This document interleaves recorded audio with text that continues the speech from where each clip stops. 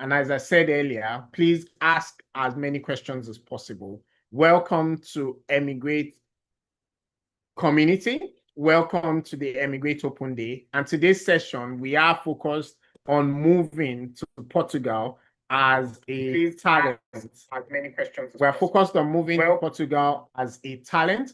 And so Sheyi will be sharing from his own experience. This is not immigration advice. This is not legal advice. This is to educate and inspire you. And we are happy to also provide clarity to help your own individual journey. And so you're welcome again. And Sheyi, over to you. Hello, good evening. Please, am I audible enough? Loud and clear. Okay. So I am Eriyomi Oluwaseyi Samuel, and I don't know if I should call myself a senior, but I'm a senior software developer, and I currently work in Portugal with one of the biggest fintech here. Let me not say fintech bank. I will start with my journey into tech. My journey into tech started around 2013, 2014, because I attended NC, and when you attend institution like that, you kind of give up hope regarding to your pathway, regarding to what you want to become, or even your dream as a whole. But in my case, let me say I was quite fortunate because my course was computer/physics. And when we wanted to do our IT, I happened to get this space, which was close to Unilag, and I saw them coding. That was where I picked up interest regarding to coding. And then they taught me HTML, CSS, JavaScript, which I didn't pick up in a month. Took time to actually learn HTML, CSS, JavaScript. When I'm talking of time, it took me almost 3 months to 6 months learning just that. And then I was able to move to the university. And during my time in the university, I didn't just sit down there reading and studying, though I was reading and studying, and I was one of the best students in my department. But at the same time, I was building things. That is why, sorry if I want to digress, that is why these days it's quite amazing the use of AI and what you can do with AI as students. We'll not go deep into that. So as a student then, what I do was build platform, Fukui blog. That was where I started my full career as a whole in school. We have this set of developers. We give students past questions, and we build mobile applications to help students to be able to access past questions. So how do we build it? With HTML, CSS, JavaScript. And then we have this application called PhoneGap. I know many of you will not know what PhoneGap is. PhoneGap allows you to build mobile application with HTML, CSS, JavaScript. It's quite interesting. That was one of my, where I started my experience as a whole. And I'll fast forward. Then my 300 level, I wanted to do IT as a physics student. I get to talk to one of my lecturers and was like, oh, you want to go into programming, Andreas, and I see you have interest in programming. Don't bother yourself. Just look for a tech company to join, Andreas. And that was where I saw Bincom Dev Center on Indeed. And I applied. I was given a test to build a mobile app. And interestingly, I have experience building a mobile app already. But this time it was Ionic. So I saw Ionic. I was like, wow, Ionic already have pre-built templates for me to build with. And I think we were given 3 days or 2 days there, but I happened to build it within 1 day because I already have the experience. And I came to the office and I did an interview with you then, which you asked, why do you want to join Bincom? And it was in the evening like that. And that was how I joined Bincom. And within those periods, I also get to meet quite some set of interesting persons there in Bincom. One of them is in UK now, Mr. Karim and the rest. And then that was where I learned how to position yourself on LinkedIn. And the reason why I have to bring that out was since that time till now, every single job I've gotten, I've not really applied. I don't apply to them. They just reach out to me on LinkedIn. So I will still get to that part. But that was the start of, first of all, understanding system architecture, joining Bincom. Then positioning yourself regarding to LinkedIn. And we used to do what we call presentation in income, where in the morning, you have to talk about tech, which I had to talk about AI then, having consciousness, which was an interesting debate then. And today is actually what I actually do. And in Bincom, I happen to be under Mr. Bade. Then we are building FCMB application. And that building of the application made me learn a lot about system design as a whole, as a backend developer. And I begin to grow from there. I believe many people will be like, oh, you have done HTML, JavaScript, you're in backend, in Bincom. Oh, probably you will continue your career as a backend developer. It was a no. In our team, we have front-end developers, and this time they were using Angular. So I decided to also learn front-end then with Angular. And not knowing that in few weeks to come, to few months to come, that learning of that specific framework is what I'll still be using till this present moment. It's an interesting thing. And when I pick up, actually, what interests me about the framework was I saw how simple it was to build with Angular, even though some people would be like, no, you have picked React. I picked Angular. From Bincom Dev Center, we used to go back from very late in that time. I actually needed time to learn it. And we have what we call Udemy then. So the Udemy actually offer these courses. And the reason why I'm giving this story is sometimes you might be in a space that have a lot of resources and people with experience, and you just let it go to waste.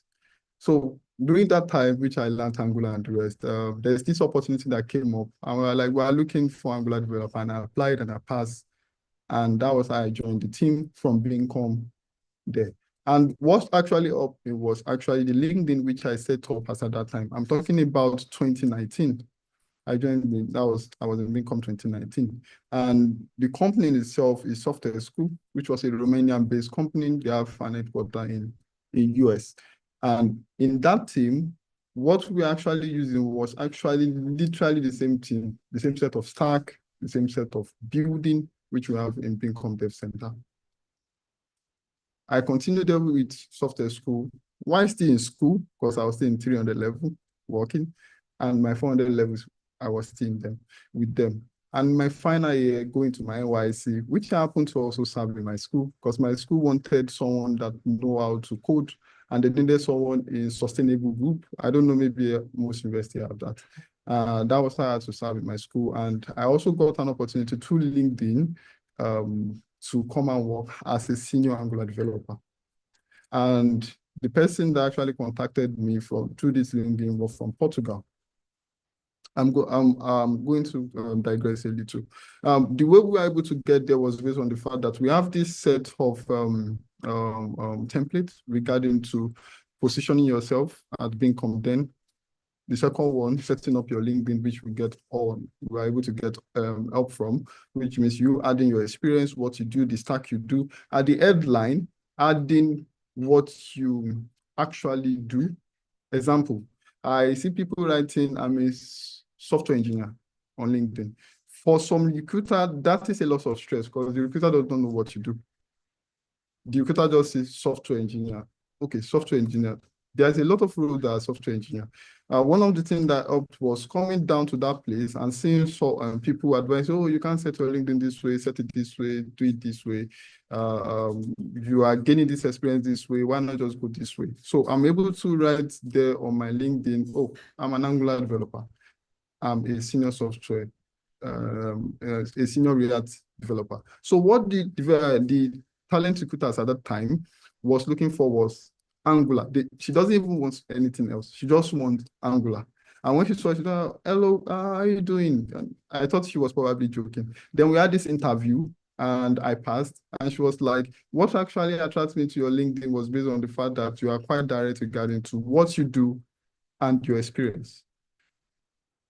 So today I want you probably after now, probably to start from there. The mistake you might probably be making might be from your LinkedIn address. I just have to digress so that you can understand. Now, how my journey from Nigeria to Portugal. So after doing my interview and she explained to me, oh, we actually want you to come to Portugal. This won't be a remote role.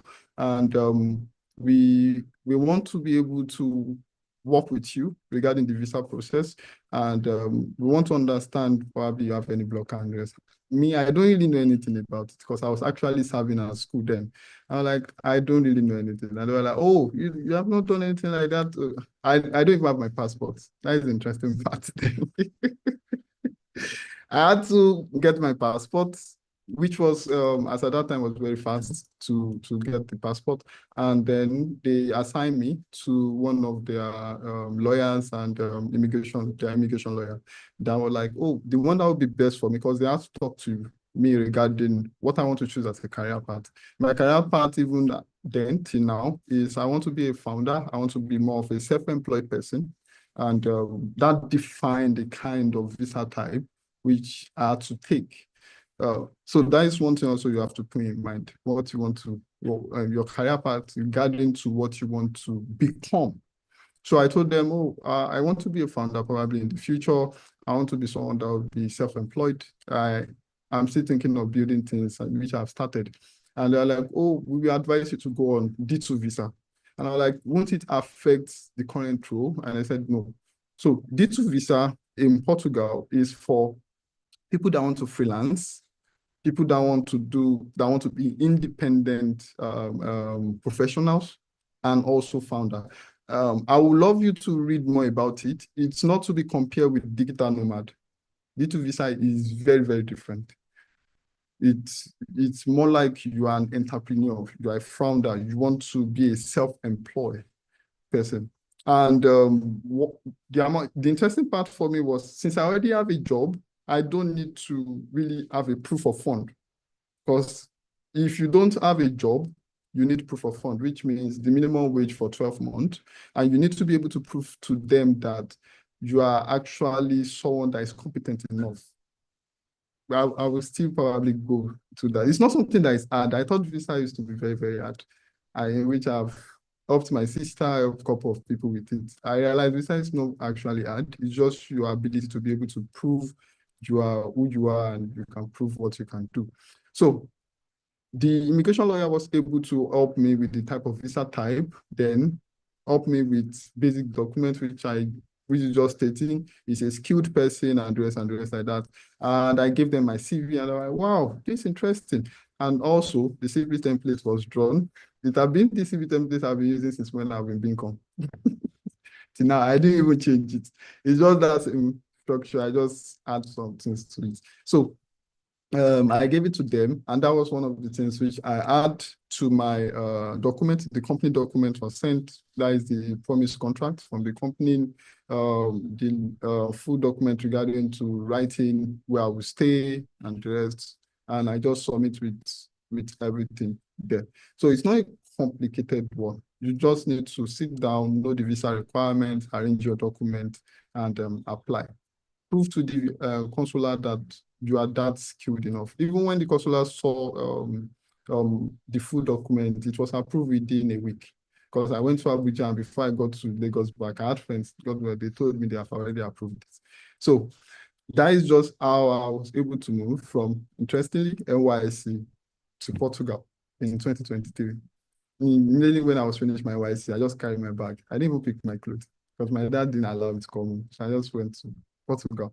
Now, getting to Portugal, what are the opportunities that are actually available in Portugal?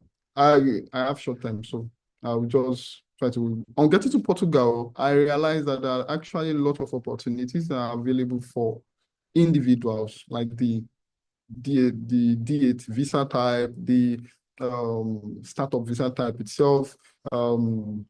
We have even vocational studies. There are some people that use vocational studies also.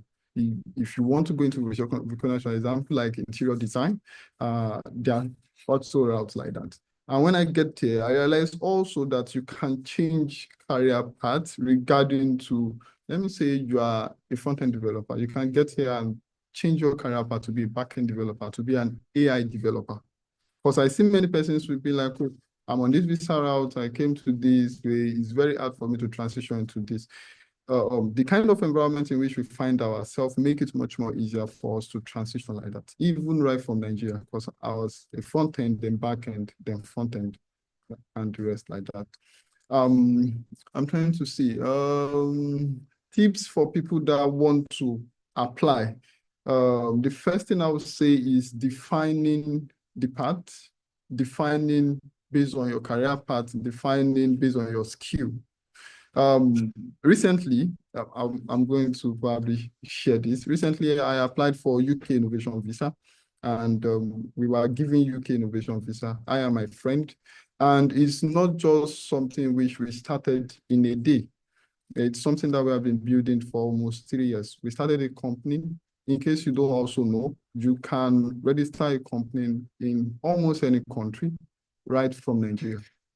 So we started a company without being in UK. That was in 2023, Troca, which is more like a peer-to-peer exchange, which the reason why we want to get to do that was based on the fact that I saw that many people go to WhatsApp channel and try to exchange. They needed a form of escrow. I don't know how to better explain, call my time. I don't want to go deep. So we built something like that. We register it for You're doing well with time, Shay, so you can go as deep as you want to. You're okay. So, well on time. yeah, I'm just watching. That is why I'm cutting it. No, you're doing well on time. Very well. Yeah. So what we did and tried to solve in 2023 was we want to solve the issue of you moving money from Nigeria to UK. So you have an account number in Nigeria, you have an account number in UK, you'll be able to do your movement of money very well, and you'll be able to exchange with people at light speed. That was what we were trying to solve. And we had this stopping block of licensing. And we moved from UK to register in Canada. And during those periods, I didn't even pay attention to how we were learning. We were learning the act of being founders. We are learning the act of growing. We are learning the act of building the company. And that is one of the things that help in UK, the UK Innovation Visa itself.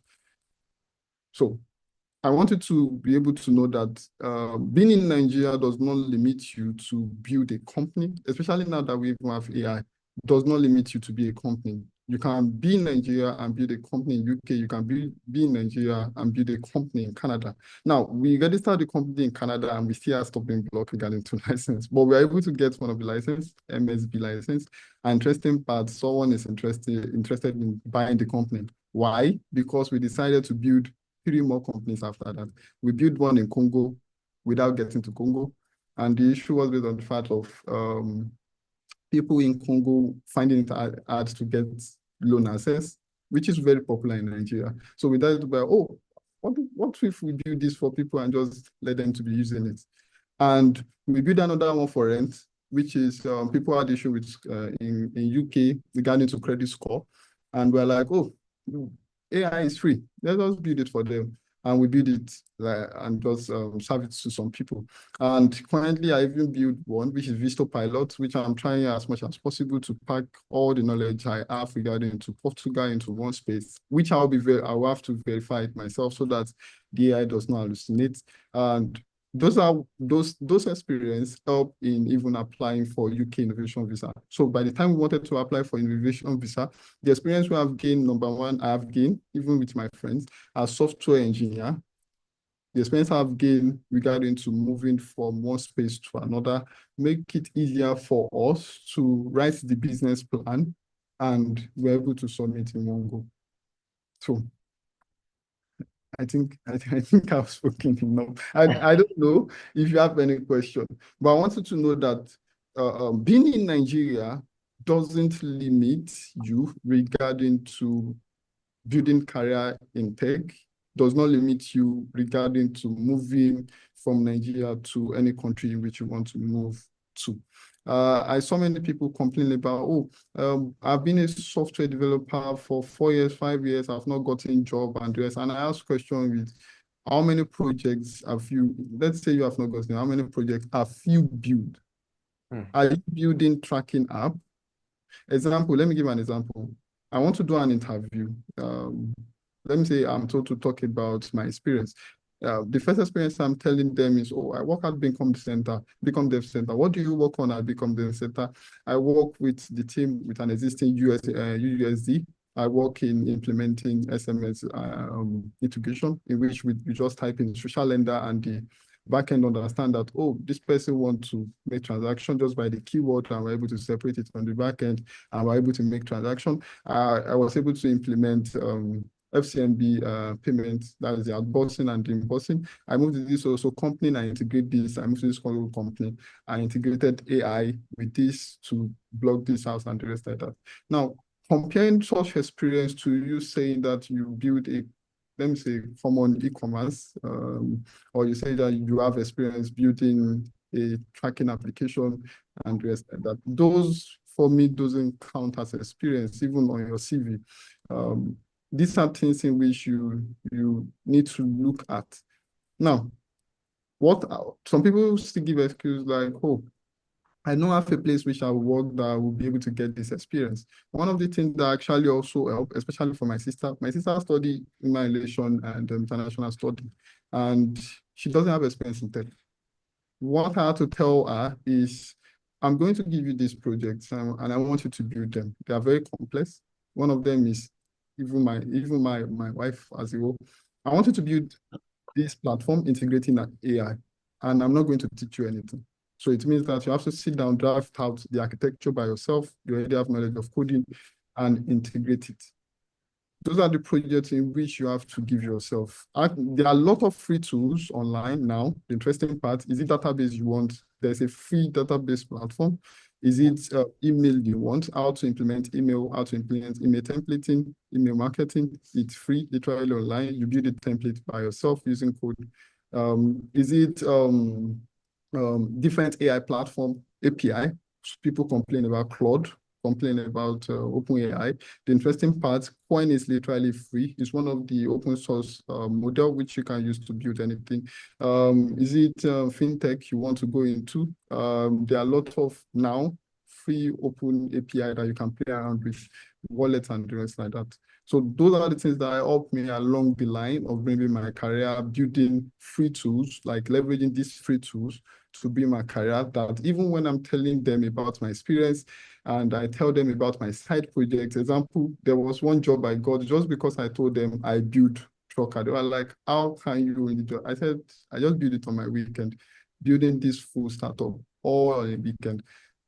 Those are what some recruiter will just recruit you for building something of such. And they're like, oh, can you tell me why? And I told them how I integrated with Paga. Paga is in Nigeria. How we're able to get account number. I'm able to sync account number to all users, how to make sure that I don't make a mistake. How do I know that this account number be used by the different person? How do I know that when they send money from a bank, I can reconcile it to that person in light speed? How do I manage latency and the rest like that? So those are the things in which you need to do as a person to build a career path. Is it much more easier now? Yes, it's much more easier now with AI. I think I should stop quite long. We have lots and lots of questions. And Shay, just to mention that emigrates on this session today, we have people in Nigeria, Ghana, Kenya, and across the world. We have people in the UK, people looking to settle. We have people across the world on the eMigr8 platform now. But yes, eMigr8 has its origins in Nigeria and its origins in Become Dev Center, for those who may not be familiar. But eMigr8 has now become its own entity as a UK entity going global across the world. But Shay, thank you so much for that. I mean, candid information and quite a number of tips that you've shared already to the audience and to the community as regards your own journey, your journey within Become Dev Center that helped you to grow your skill up to the point of you finding roles and well, actually roles finding you in most of the cases, up to the point of you being able to move to Portugal and now contributing within Portugal, and obviously even recently getting endorsed for the UK Innovator Founder Visa. So congratulations on that journey, and thank you so much for sharing all of these information as regards the journey that you've been on and all. I know there will be a lot of questions from the community. There's a lot of question around the different pathways and some of the things that you've been working on and all of that. But what I'm going to do is try and help us to have like a cohesive conversation. I will say to the community to say, if you have questions, please drop them in the chat. We will take as many of those questions as possible. We also have questions from the community that we'll be sharing and we'll be taking all of these together. Shay, let's talk a bit more around the visa that you moved on, in terms of the D2 visa. And just to remind the community, this is not immigration advice. This is not legal advice. This is Shay sharing from his own experience in terms of his own journey. And just to also mention that as regards Portugal, we have sessions where we focused on the digital nomad visa, the D8, D9, D7, D8 visa in Portugal. Today, we are talking around the D2 visa, but using it as a microcosm of what the world looks like and what value that you can bring so you qualify for some of these visa pathway. Wanted you to just talk a bit more around the visa journey itself. I know you talked about it briefly during your session and all, but the audience will be curious as regards the visa requirement. I know it's the freelancer visa or the D2 visa and all of that. It's interesting that a company hired you and still decided that was the D2 visa they wanted to apply for you. But could you talk a bit more around that visa from your own recollection, your knowledge, as regards what were they looking for specifically? Did you need sponsorship from your employer and some of those? Okay. For the D2 visa, you don't need sponsorship from your employer. So that was why it was much more easier for me to communicate to them regarding to what I want to do and even my vision. So they were good enough to explain to me that, oh, D2 visa will fit you quite fine even as you work for us. So D2 visa is for self-employed. And Portugal allow you to leverage on this, which means if you come on this type of visa type, you can create a company. Example, I am able to create a company which I use. I don't know, maybe many of us have been on this kind of contract type. We call it B2B, business to business. So on D2 visa, you can do things like that. You can be considered as an entity, which or even you can work with other companies. The requirement is based on the fact that you've been able to show them proof regarding to your expertise. You've been able to show them proof in terms of funds, which I mentioned earlier, that at least to be able to have minimum wage for 12 months, it's compulsory. But in my own case, it was much more easier because I don't have to show much. What I just had to submit was the company document, which number one is just a promising contract from the company and also a letter from the company that, oh, she is coming to Portugal, because I actually read it. She is coming to Portugal on this D2 visa because he's a self-employed and he will be working for us. We'll be paying him so amount for his services. He's a self-employed senior software engineer. So that was basically what was on the letter. Then I added my CV because they had to tell me, oh, you have to add your CV and realize that is the essence of this. And that was pretty much it. Wow. Thank you so much for that. And how was the experience moving straight from NYSC?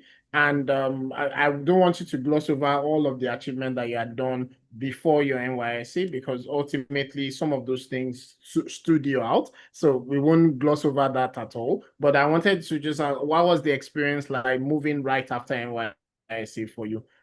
Yeah, moving right NYSC, the truth is I didn't do much of it. Example, the housing I got in Portugal for the first month, second month was paid by the company itself. So it was part of the letter that we are going to accommodate him while he comes to Portugal. So mine was just more like a soft landing. They also paid for the flights. And the interesting part, as at now that I'm talking about, one of the recruiter posted today that there's an opening that will be fully funded, fully sponsored, as at now. Wow, interesting. Is that public information? If or not, could you drop the link in the chat? Some people on the community may find that useful immediately as well. So in case you find the link or if you are able to introduce and all of that, please drop that in the chat as well. one of the HR. I'm posting it here now on Okay. LinkedIn. Are you happy for us to share? Okay, it's on LinkedIn Oh, anyway. you can open it. It's on LinkedIn currently. Okay, it's in public domain anyway, so that's fine. Let's talk about the interview process.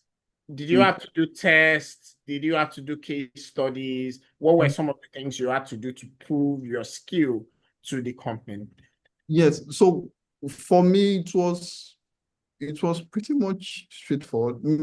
Some people will be like, oh, probably because of the way you study and the rest. The current flow of the interview is you talk to the technical recruiter, which I did. Then we did just a discussion about Angular as a whole.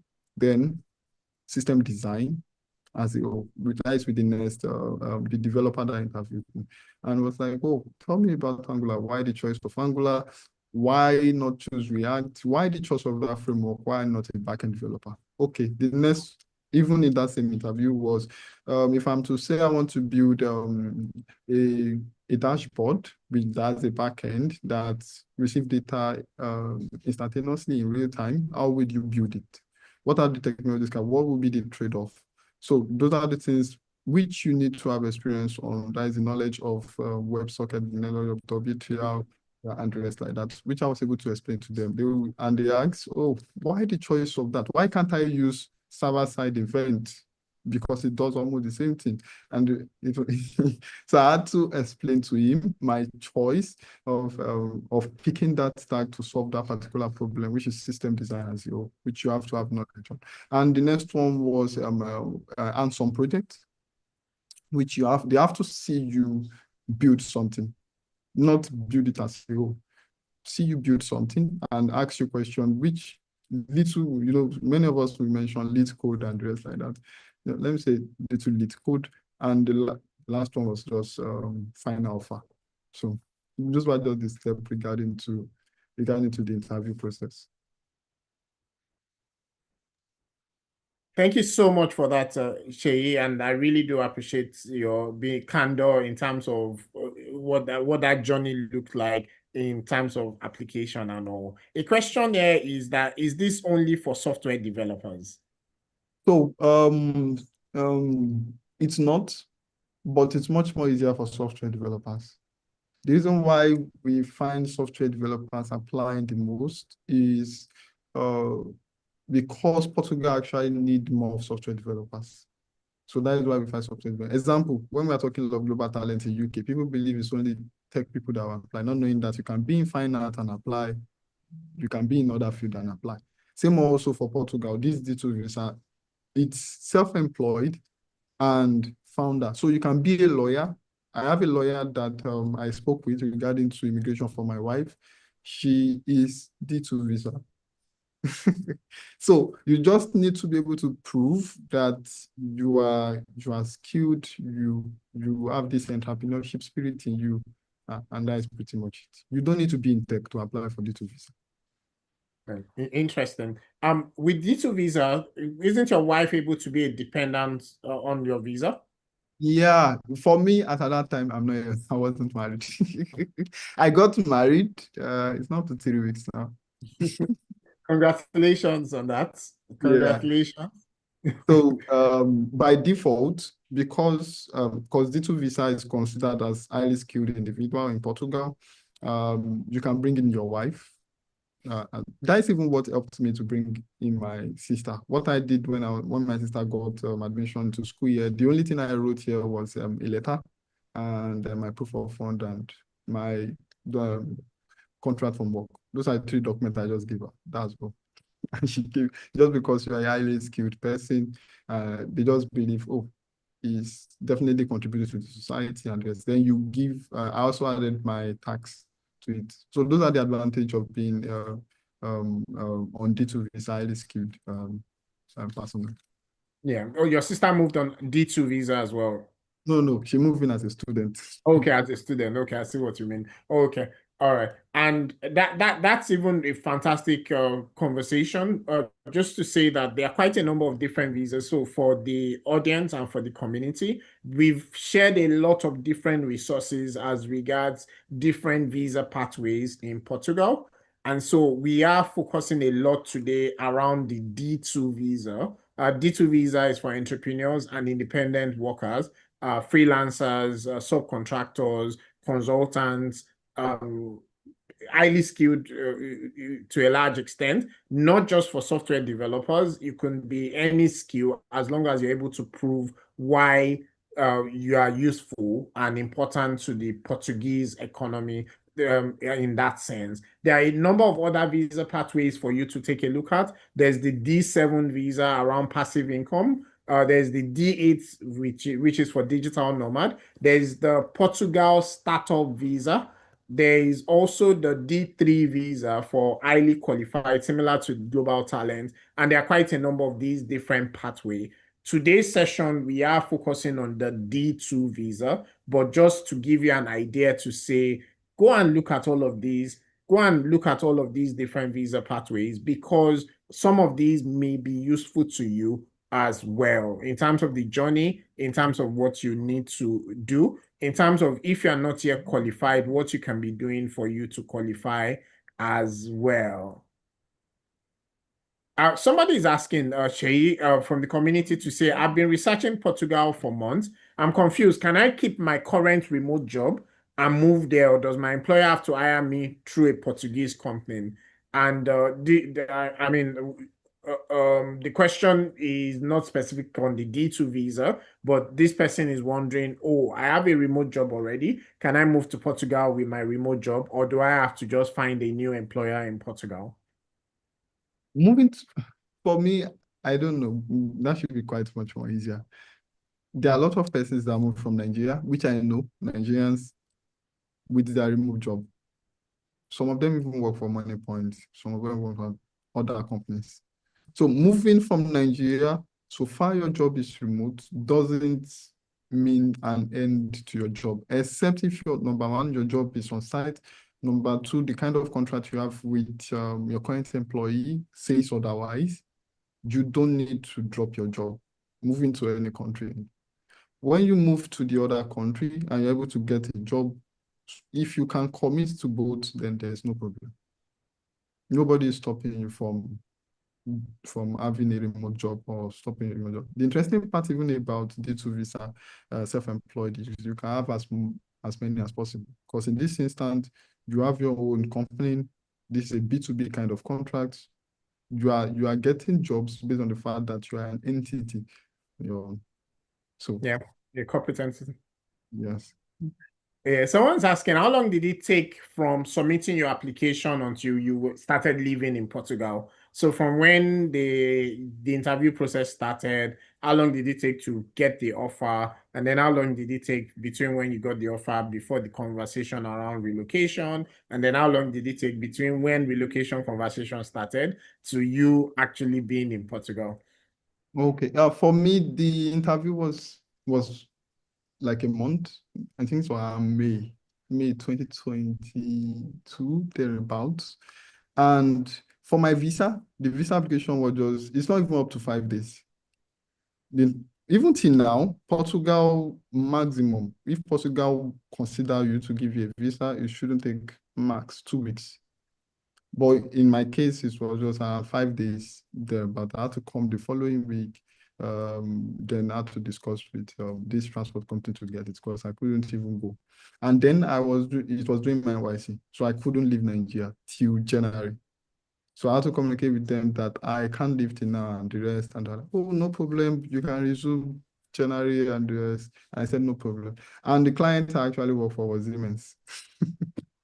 So Wow. allow it. There's no problem with that. Wow. So you were working remotely for them and then you moved to Portugal. No. I didn't, because they wanted me to come on site. I didn't work remotely for them. They had to pend it till I came. Hmm. And the interesting part is a consulting company. They were like, don't worry, we can find you a new client. We have a lot of clients that are seeking for your role and just like that. Interesting. And the community, and I know a number of people in the community that are looking for opportunities such as this. One of the tips, and just to give another tip from eMigr8, is that sometimes you may want to look at intermediate countries.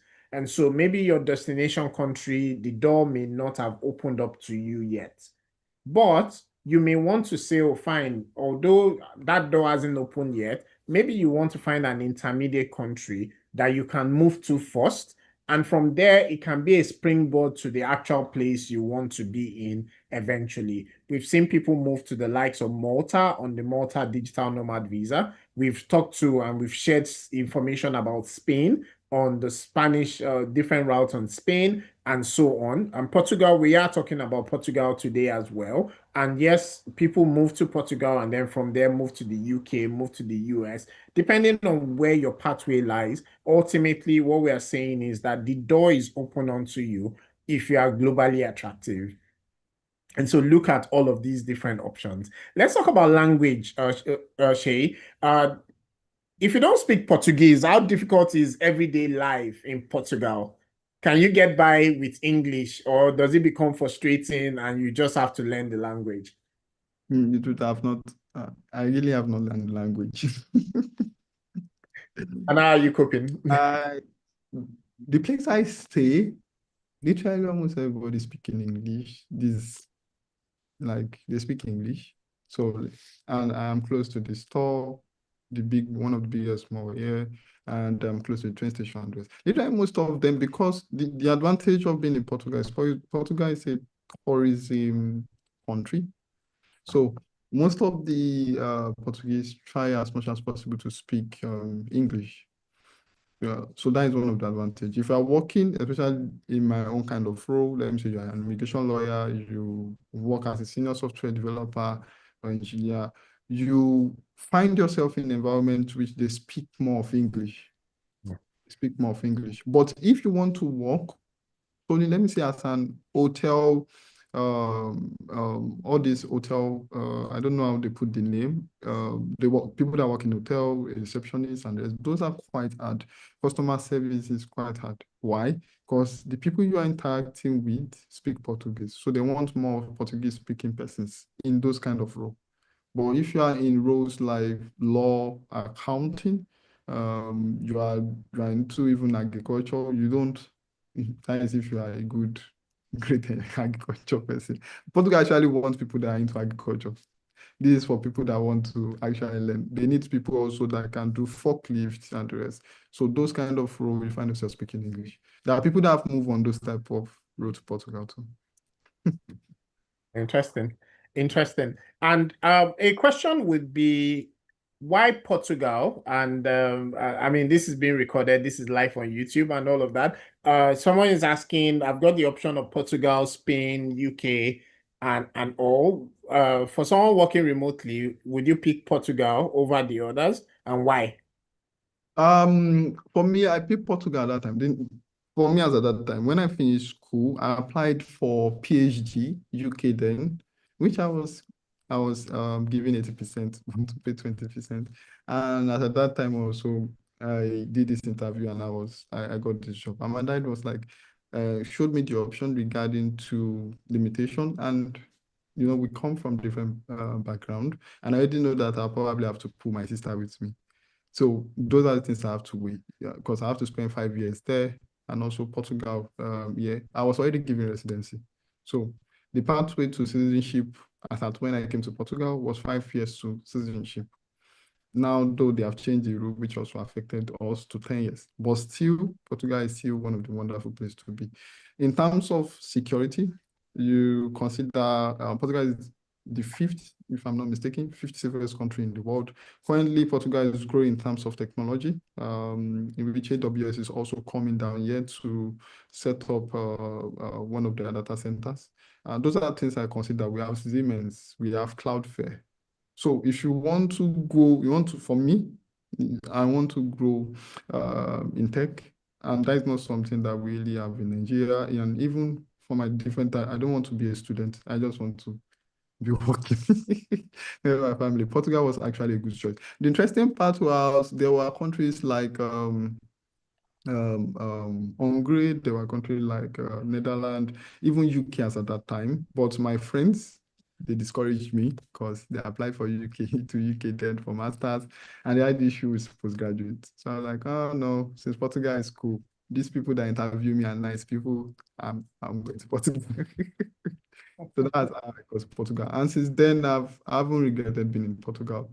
My sister have been here, I've been here, my family member and friend. The interesting part, I can apply to literally most country based on visa. I've been to the UK from Portugal, just submitting my I was given the visa within a few days, just submitting and telling them, oh, I work in Portugal. And they were like, oh, nice. And I was able to go to the UK in March for my friend's marriage. So those are one of the advantage of being in Portugal. In Portugal. Would you recommend Portugal to someone starting from scratch today? Yes, I will recommend it. The reason why we recommend it is because of how flexible Portugal is regarding to residency. So it means that if you're in Portugal and you can get a job here, regardless of the job so far, they are paying minimum wage. Portugal will give you residency and you are paying your tax. Compared to other country, let me give UK as an example. You need a company to sponsor your visa. In Portugal, it's quite different, which means any company can just give you a job. So far, they give you a job. That job serve as you being given a visa sponsorship. So when you apply for your residency, even though you have left the job, you still have a residency.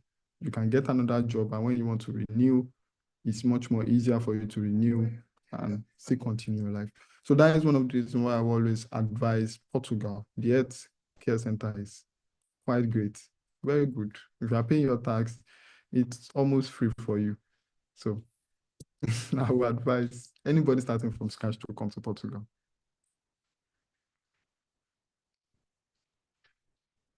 Thank you so much, Shay. We appreciate that. I'm going to let you rest your voice a little bit. And when we come back, we will still be discussing. We'll be discussing the likes of quite a number of other topics we haven't touched. We'll be looking at the positioning part. So we've been talking about you and all of that, but now we would like you to just stretch a bit more and then advise the community around how do they position themselves. You've talked about the fact that LinkedIn, for example, has been a fantastic resource. You talked about some of the things you learned in Bincom Dev Center back in the days that has been really useful to you. You've talked about all of those, but then for this community, they would like to know, oh, how do I position myself?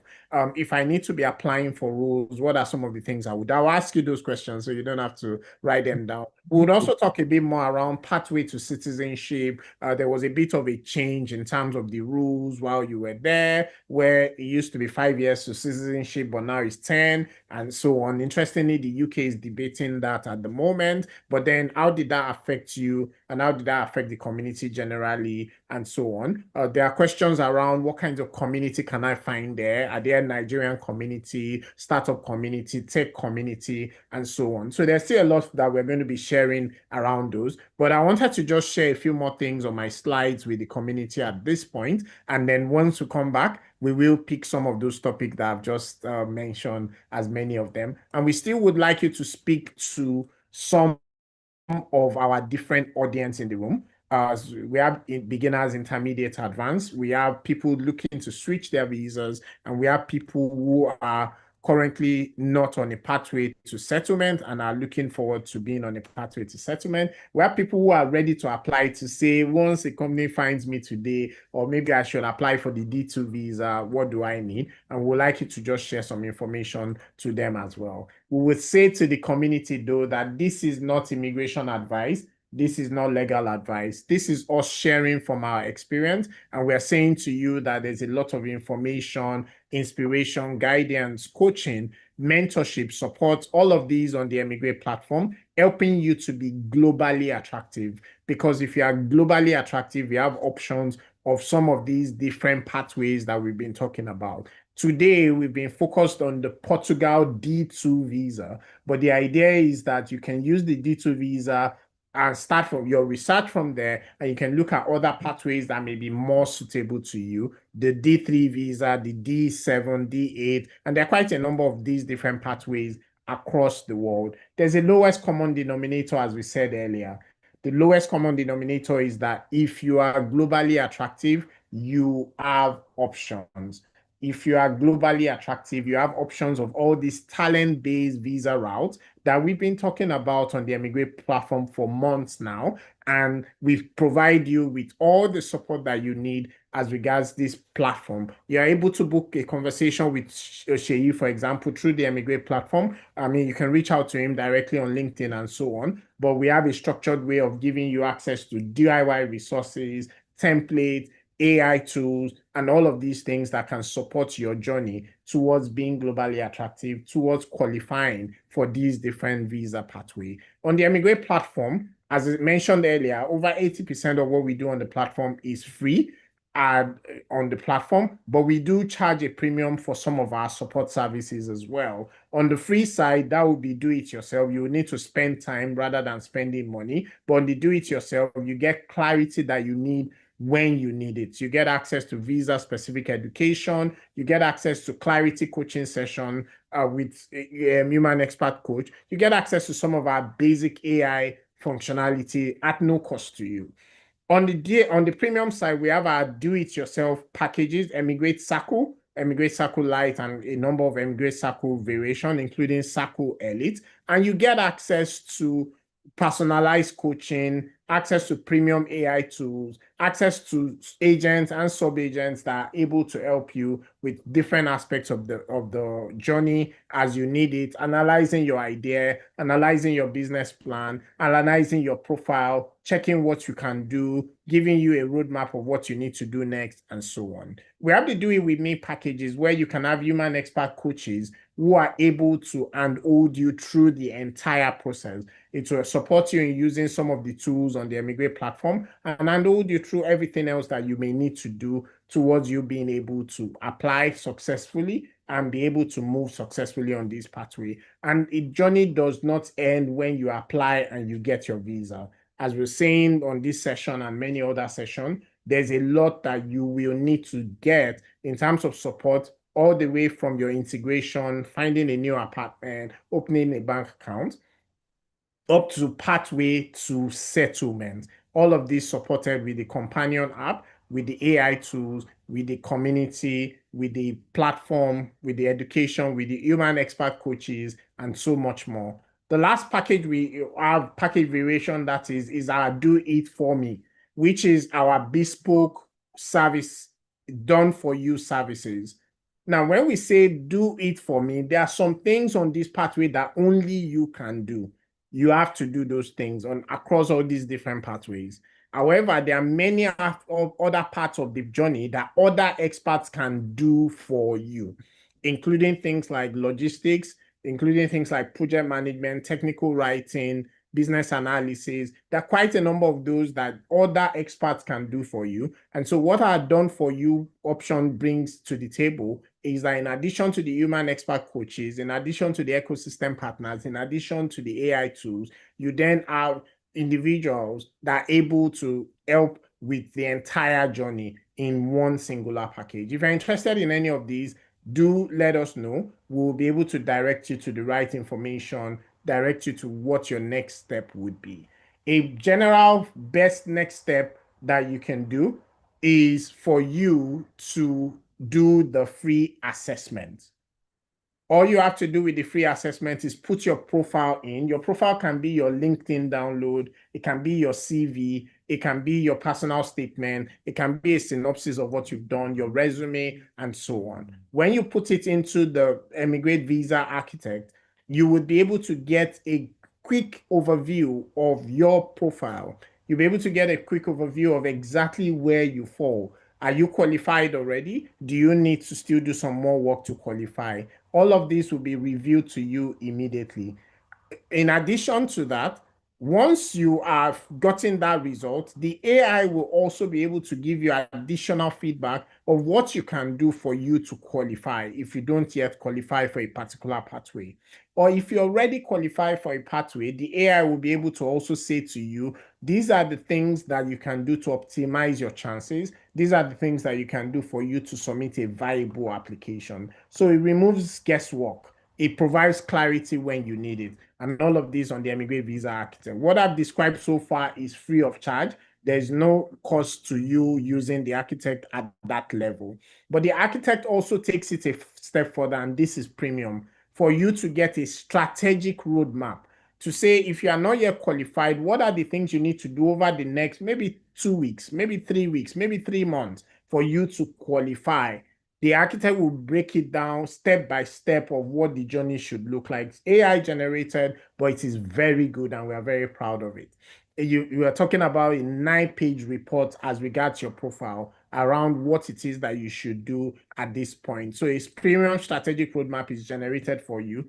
And all of these is part of what you can use as part of your journey towards being globally attractive.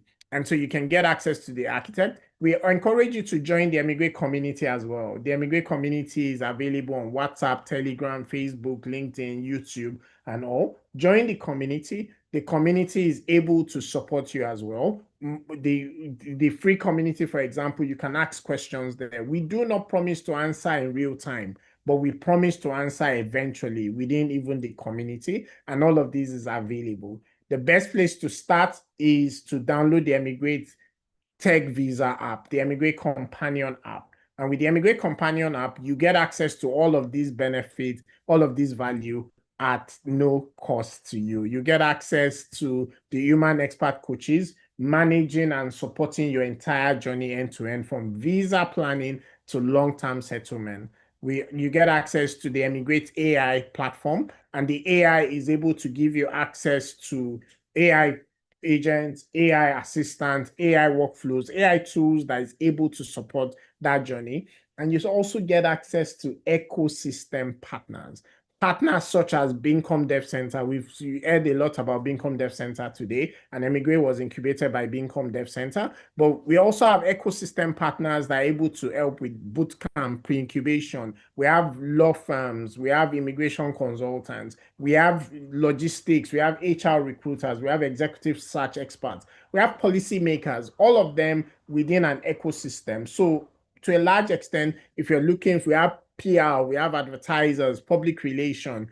To a large extent, if you need anything in your journey, that is not offered on the eMigr8 platform directly, there's probably an ecosystem partner that is going to be able to offer that to you as well. We have several successes on the eMigr8 platform, running into thousands at this point. Personally, I have over 50 successes that I have personally supported towards successfully getting the UK Global Talent, the UK Innovator Founder Visa, and many others. Even today, we got a success that had got their British citizenship on the platform. And so there's a lot there that is available to you in terms of support on the eMigr8 platform.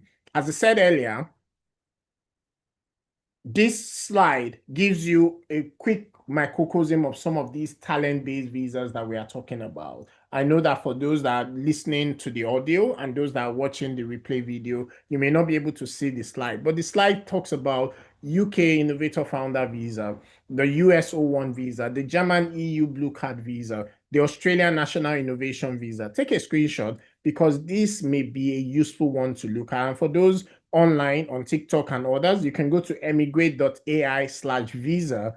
You'll find a lot of our information on there. And just to say again, there's a lowest common denominator across all of these routes.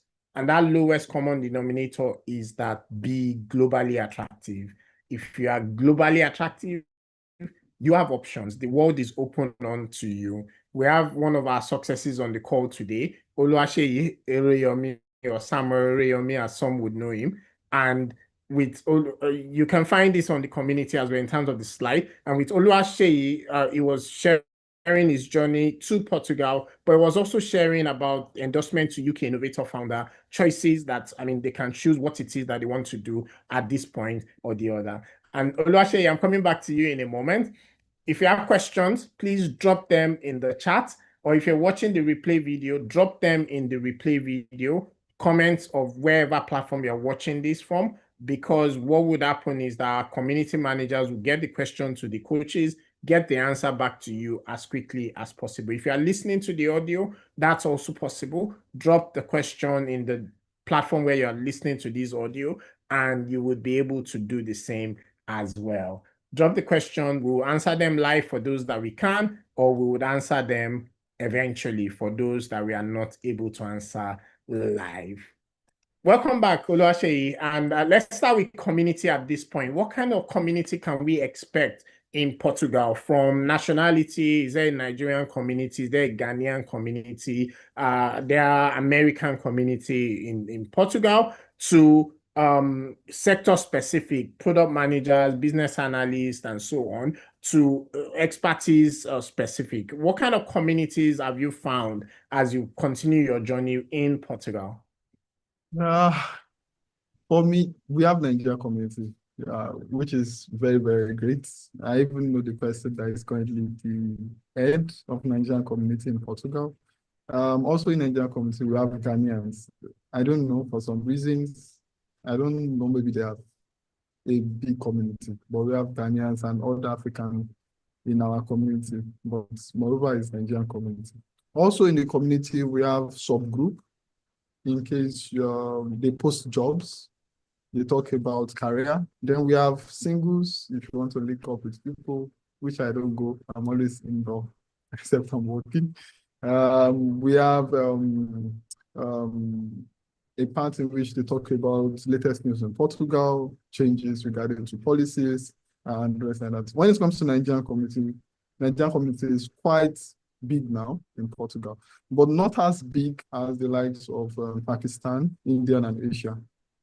They are very big compared to us, but our community is quite good and they are helpful. They are helpful.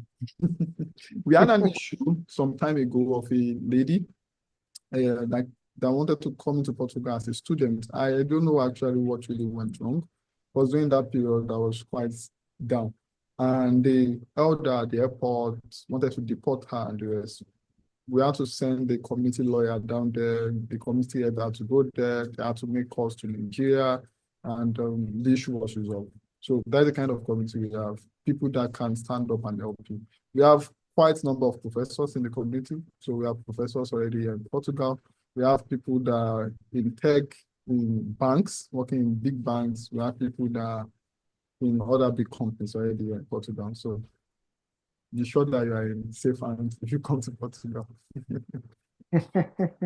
Fantastic. And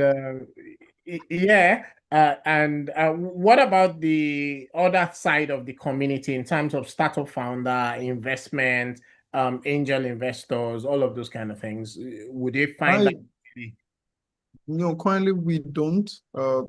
It's something we are trying to build in the community, especially for someone like me that love to build things. Recently, I built a simple AI tool that, especially with common questions that are asked in the community, example, how to get mortgage. In my own case, I got help to get a mortgage because the rent I was paying was very high. I was like, wow, this free option, mortgage. So I was able to get a mortgage due to information. I was like, whoa, people are missing information. How about I build a platform which they can get information? And that is something that we are missing in our community as a whole. We currently do not have a full-fledged platform to support founders yet in our community. Though Portugal as a whole have a lot of have a lot of community in terms of founders, innovators, investors, and the rest. But Nigerian community as a whole, we don't have that yet in Portugal. And it's something that we are building on, and something that I believe in coming years will be great and we develop very fine. No. All right, so let's talk about positioning, and this is a huge topic, so I want to break it down into little bits and pieces so that way it would be useful to as many as possible. So positioning yourself is one of the things, Oluwaseyi, that I believe from all of the things you've talked about so far, you've done very well, right? Whether consciously or unconsciously, whether supported by the ecosystem or not, as the case has been, but has done very well. And so the question I think some people will have is, but I'm on LinkedIn.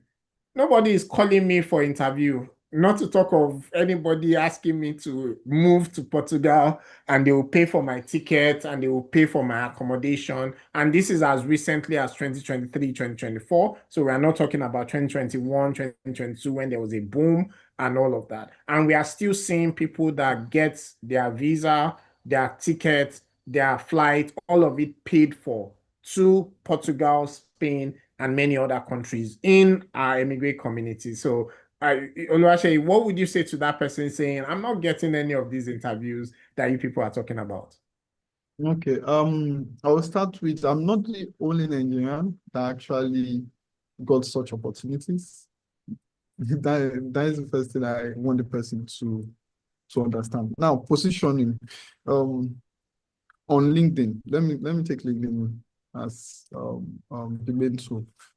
You have to check the way you present yourself in terms of your skill set. I mentioned earlier that you writing senior software engineer, it's too generic for a recruiter to know what you are doing. My sister currently is into recruitment, and there's this tool they have, an AI tool. And what the AI tool does is, because they have the API to LinkedIn, it gets to scrape people on LinkedIn and it picks them based on that title at the top. So if they want someone that is into crypto and also a senior or have experience with CTO, they pick it from the top because you are saying that, oh, I'm a CTO that does this. I'm into cryptocurrency. I'm a developer. I'm farming. So you writing something generic as your headline on LinkedIn is one of the things why recruiter will never even reach out to you on LinkedIn. Because if you are writing, I am into this, you have to be very specific. In my own case, I wrote senior Angular developer. Now, the interesting part is you can add a slash and add another role. So you see me write senior Angular developer, forward deploy engineer, AI engineer, React developer. Not that I can't write front-end developer. Not that I can't write back-end developer. When we talk of front-end, it's very broad. Back-end is very broad. So you have to be specific regarding to what to do. I know some people will be like, oh, what if I write I'm a Java developer? You can be a Java developer and write it there and just be there. Maybe they want someone in Spring Boot, someone experienced in Spring Boot. And the only thing most of the recruiter does is they just use their tool. That is for those that have internal tool to search through LinkedIn. And even though they are seeing that Java there, they will be like, oh, it doesn't have experience with Spring Boot. They'll just cancel you. Or they just go to the LinkedIn and say, that's how interesting it is. My sister used to do it. And I'll just be like, why will you tell me this person? It will be like, my system, it will be like my ATS system said this person is 5% match. And I'll be like, but this person have this skill. So those are the reasons why recruiter will never reach out to you on LinkedIn. The second part is the about page on LinkedIn. I can't go to your about page and the only thing you wrote is I build dreams. I don't understand. We understand how you build dreams. You build dreams. The recruiter does not know maybe you are building dreams or not. So those are the things I really want. If you are a person that is doing it, please, I want you to change it. Also, add certification. Add certification on LinkedIn. If you can get people to recommend for you on LinkedIn, it goes a long way. There's some recruiter that they just check your heading about and scroll to the recommendation. Oh, Ereyemi is a good developer. I work with him on this project and this like that. They just want to, even just one or two, to be there. You can also add projects on LinkedIn. There are some recruiter that will just go to your program. Let me just see the project you did, and they'll click. Those are the things in which you add. Then what are the other things I do on LinkedIn? See, I don't post.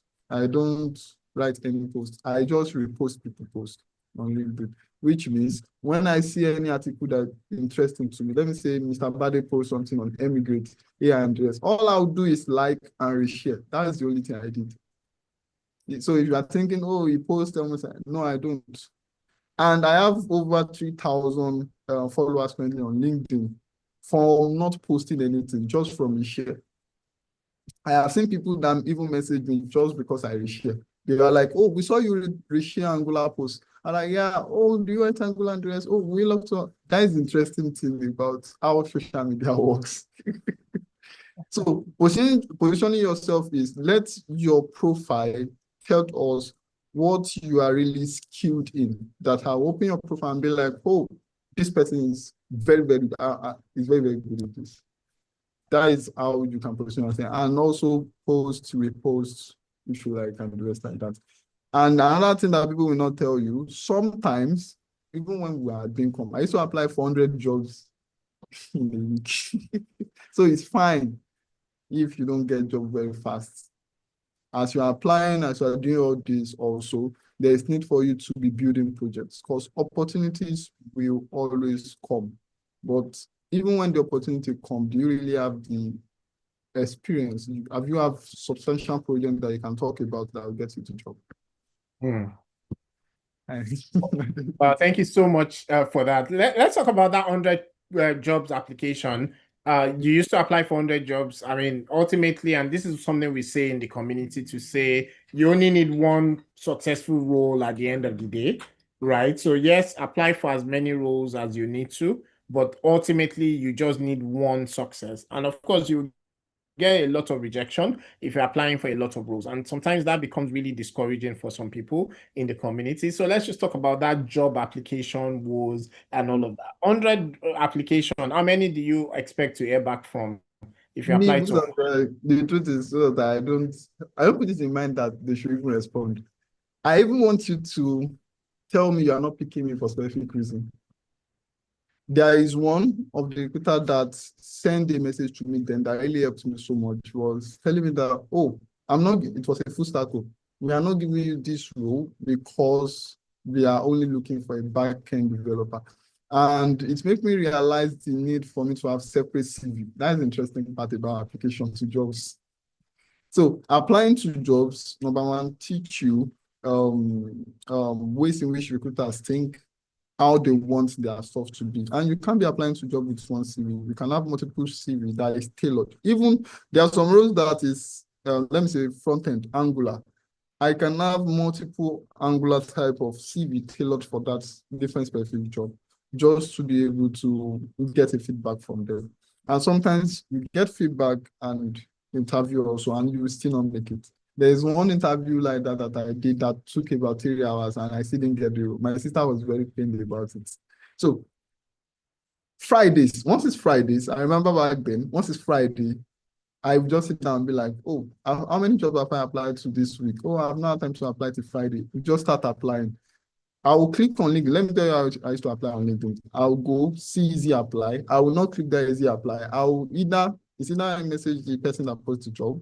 If I didn't message the person that posts the job, because sometimes easy apply for me, I realize it's just not working. I'll go to the company email, check for the job, apply through that so that I can get a response. And I'll do that for almost 100 jobs. So please hold that up for just a moment. I'll be right back because I want to ask you more around that job application journey. But just give me one moment. I'll be right back. No problem.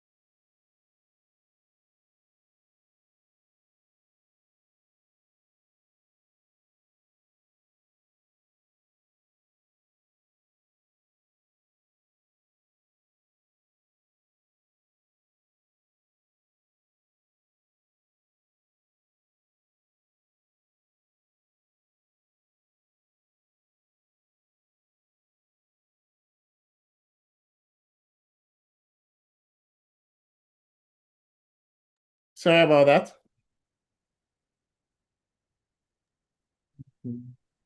So we were talking about feedback, and I wanted you to just speak a bit more around feedback. What kinds of feedbacks have you gotten, and how do you ask for feedback in terms of your positioning as well? Yes, there are some recruiters that are ready to communicate with you. There are some that will not. But if you are able to get feedback, let me say you apply for me now, how do I transition into senior role? It got to a point I started applying for senior role. So some recruiter will be like, oh, this so number of years, you didn't have enough projects to prove that you are a senior. And I'll be like, oh, what do you mean by you don't have enough projects to prove that you are a senior? You can see that I work at this. They'll be like, okay, we checked as a senior, we expected you to know this based on the job we are recruiting for. That is for recruiters that are ready to do a back and forth with you. And the interesting part, some of them will tell you, I'll ask them, can I apply again next month? And they'll be like, no, you have to apply after 6 months. So those are recruiters that actually reach to you. And don't take feedback as something bad. It makes you grow. Example, the person that said that you didn't have so much, I'm like, oh, interesting.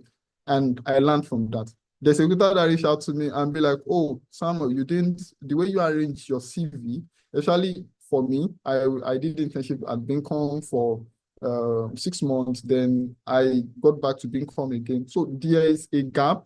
Then it was like, that gap was one of the reasons why we didn't pick you. And I was able to explain to her that, oh, this, that. And she was like, oh, you have arranged it this way so that I'll be able to understand and just like that. I'm like, oh, and my CV today, I removed the gap actually from it. Or you can tell them. So applying to jobs and recruiter giving you feedback make you, number one, know how you tailor your CV well, know how you position yourself well, and know even parts you go to. There are some roles in which I got to senior role was I applied for a job which the pay was quite okay, and I was like, since I'm on the same level with the job, and the person was like, oh, with your experience, you are senior, we're not giving you the job. And I for God's sake, this role. And that was what shaped my mind regarding to, oh, I'm senior. I can do this. And even when we were building our startup in UK and I placed the company as CTO there, they were like, they can't recruit me because they believe I already have a company. So it's quite interesting. Yeah. So applying to job, have this open mind of rejection, and why, if the recruiter is actually ready to communicate with the recruiter regarding to why you are being rejected. And the interesting part, it's quite so funny when they see that you're actually open-minded, that they'll be able to tell you this. Most of them, even after some time, will reach back to you and be like, oh, we have the role open and I would love you to come and do it. I'm like, no, I'm already working. I said, wow, great. And that is how even me and some of our recruiters are following each other on LinkedIn. So that's just the interesting part of applying to job and getting feedback. But not all. Out of 100, probably one would be the one that will probably write you back and be like, explain to you. Most of them will just be like generic message. So it's good.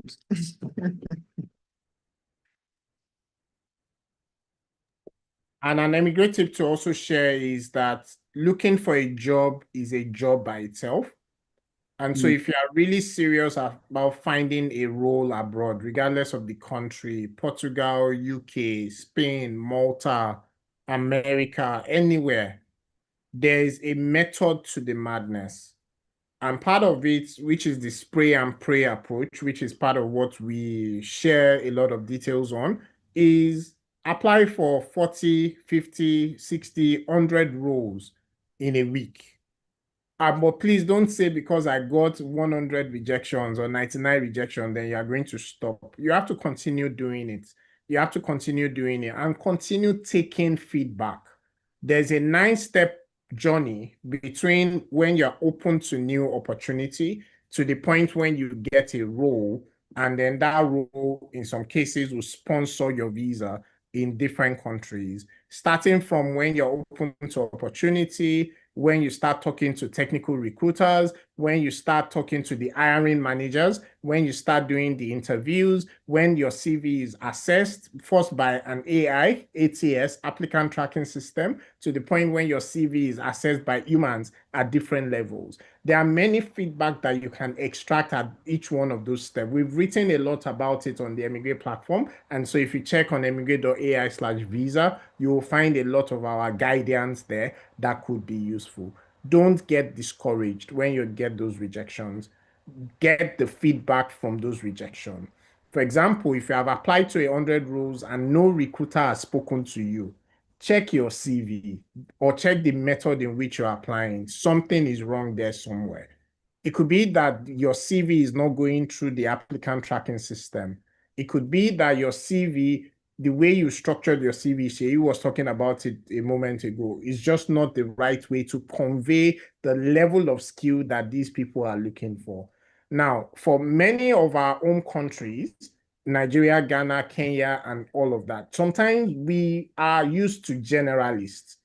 UI designer that is also a UX designer, that is also a product designer, that is also a graphics designer. We are used to those kinds of things, generalists. But in many forward-thinking economies, in many developed economies, they are looking for specialists. If you say you're an Angular developer, they may not expect you to be doing C# development. If you say you're a UI designer, they may not expect you to do UX.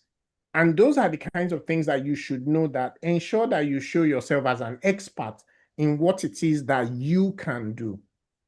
And don't just be Captain Local Host. That would be the last tip, and then we'll move to another. Don't just be Captain Local Host, which is that you've done a lot of practice projects, and all of those practice projects are on your computer.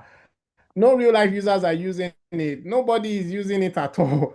And now you expect that you should be graded as a senior or even as an intermediate. No, my friend, you're a beginner or even a newbie. I'm sorry. Because if you don't have those kinds of projects, flagship projects, stories of things that broke that you had to fix and all of that, you are not even intermediate yet. And those are some of the tips you will find on the eMigr8 platform. You can chat with the AI, you can share your CV, it will give you helpful tips. I heard one of the community members say the other day that it seemed like the AI was angry with me because everything I was saying, it was just telling me something else and all. It's true, we designed some of our platforms to be very critical so that no matter how critical that recruiter is, you will still pass through. But Sheyi, we are running out of time, and I still have 4 more topics for us to get through before we call it a day. Let's talk about pathway to citizenship. We touched on it briefly during the first half of this conversation, but I would like you to touch on it a bit more in terms of this journey. So the D2 visa, how long for you to become a permanent resident, or are you a permanent resident from day one? What's the pathway to citizenship? Do you need to switch visa later? Do you need to renew? Could you share some more information around those as well? I mean, I know the answer, but I want you to share from your experience to the community. Yeah, from my experience, it's temp for now. As a D2 visa holder, automatically you are on temporary resident visa itself here in Portugal. And that will last for, most of the time they give you for 3 years, which you have to renew, sometimes 2 years. So in my own case, it was 2 years, then I had to go back for renewal and I was given 3 years. There are some that based on how, I don't even know how the system really evaluates, based on their own evaluation, they didn't renew for some. But by default in Portugal, if you are working and paying tax, irrespective of how much you are earning, and you are paying your tax, and you have a comfortable place where you are staying, your visa, your status will automatically be renewed to 5 years. And on the 5th year, you get to apply for permanent residency or citizenship. That was till January this year, December, until there was a change in rule. There were a lot of persons that currently now qualified for citizenship. Based on the news, Portugal news, something it was saying about 1.6 million. Wow. And that's one of the things they are avoiding. And I understand because there were a lot of abuse regarding to the visa, which they give people the visa and they leave Portugal to other country because of how flexible the visa allow you to work in Europe. So I basically understand the reason why there's a change in the visa as a whole. But normally it's 5 years to citizenship. Still, your permanent residence did not change. After 5 years to permanent residence and 10 years to citizenship. For me, I really don't care so much because with permanent residence, you can actually work anywhere in Europe still, and it's still much more flexibility for someone like me. And I can still move around. I can still apply for different visa type and there. So I don't have issue with not having citizenship in Portugal. So we see it differently. From my own perspective, I don't see it like that. Even with the UK innovation visa that I'm giving, I'm still considering an option because I'm definitely not going to. I don't think I'll probably live in UK. I'll probably, but I'm used to staying here. So that's it. We will see about that, Oluwaseyi. Let's have that conversation again in a year or two, and we'll see about that, what you do decide ultimately. But I think the key information is to say that those options are open to you because of you being globally attractive. So it's 5 years to permanent residency, 10 years to citizenship at this point is what is available in Portugal. It used to be different, but now that is what the new rules are. One thing to just note is that, I mean, with the permanent residency, as Oluwaseyi was saying, you actually have Europe open to you, although you are not yet an European citizen of any European country, but that is open to you. You should, however, be careful in terms of the number of months you are out of your primary residency in terms of Portugal, because that could affect your ability to become a citizen in the future. They still require you to be tax resident and so on. But the UK, for example, and for audience in the the UK is having a conversation similar to what Portugal did 2 years ago, which is that they actually passed the law and then they passed the law to affect people retrospectively, people that were already in the country. You may say it is unfair, but none of this system is designed because of you as an individual. It is designed for that country to say that the country wants the best for themselves. What you have to do is ensure that you're on the right side of being the net economic contributor, those globally attractive people that they want, because they don't want everybody. They want just the ones that they believe they are able to use or are able to contribute to their own economy. And this is true across different jurisdictions as well. And then is this the same with some of the other visa pathway, the D7, the D8, and of course we've said to everyone, this is the immigration advice or legal advice. So just share from your own perspective. Yes, it's actually the same for all. The reason why I'm not really concerned so much is the flexibility, because apart from you being a permanent resident in Portugal, you can also apply for permanent resident for Europe. So it's which give you even much more flexibility regarding to moving in Europe as a whole, which at the end of the day, still the end goal. If you're someone that is innovative enough, you can leverage the permanent residence of Portugal, permanent residence of Europe, that is separate permanent residence that you can apply for. And you need to build your career. I understand that we want to be a citizen. I understand we want to, but for me, maybe my own perspective, I don't want to be living in a country and I'm poor. I don't just want to have citizenship. I don't want to chase citizenship or in that name. I want to leverage even on that which I have. Example, I have a temporary residence. I was just, I think, a year and some months there, but I think not up to 2 years, and I was able to get a mortgage just because of my understanding, sitting down, researching more to understand, oh, what can this residency do? What can it get for me? What doors can it actually open? So even with the mortgage, it was 100%. 100% mortgage that I wanted to give, and I had to be like, oh, I'll pay 10%. So those are the things we should have to sit down. Oh, if I'm getting permanent residence, what can permanent residence actually do for me? Will you be able to do this for me? If yes, and yes. At the end of the day, you are still staying in Portugal and you can still get that citizenship. Why not build your career along the path instead of chasing it? I don't know, maybe many understand. That is why I've not learned the language till now. I'm still going to learn the language when it's time. But for now, I want to leverage on what I have to build my career as I'm going. Yeah. Do keep your questions coming. I see a few questions in the chat, and we'll get to those questions shortly. We're coming towards the end of today's edition of eMigr8 Open Day. It's been really insightful talking about moving to Portugal, and there's been a lot of information that has been shared already. If you have a question, please drop them in the chat. We did promise you to say that if you waited to the end of this session, we have a gift for you, and I'm going to share to you what the gift is at this point. So the gift is that you've won for yourself, if you're on this session till this time, you've won for yourself a free clarity session with a coach on the eMigr8 platform. It's a 10-minute session, but those sessions are absolutely useful.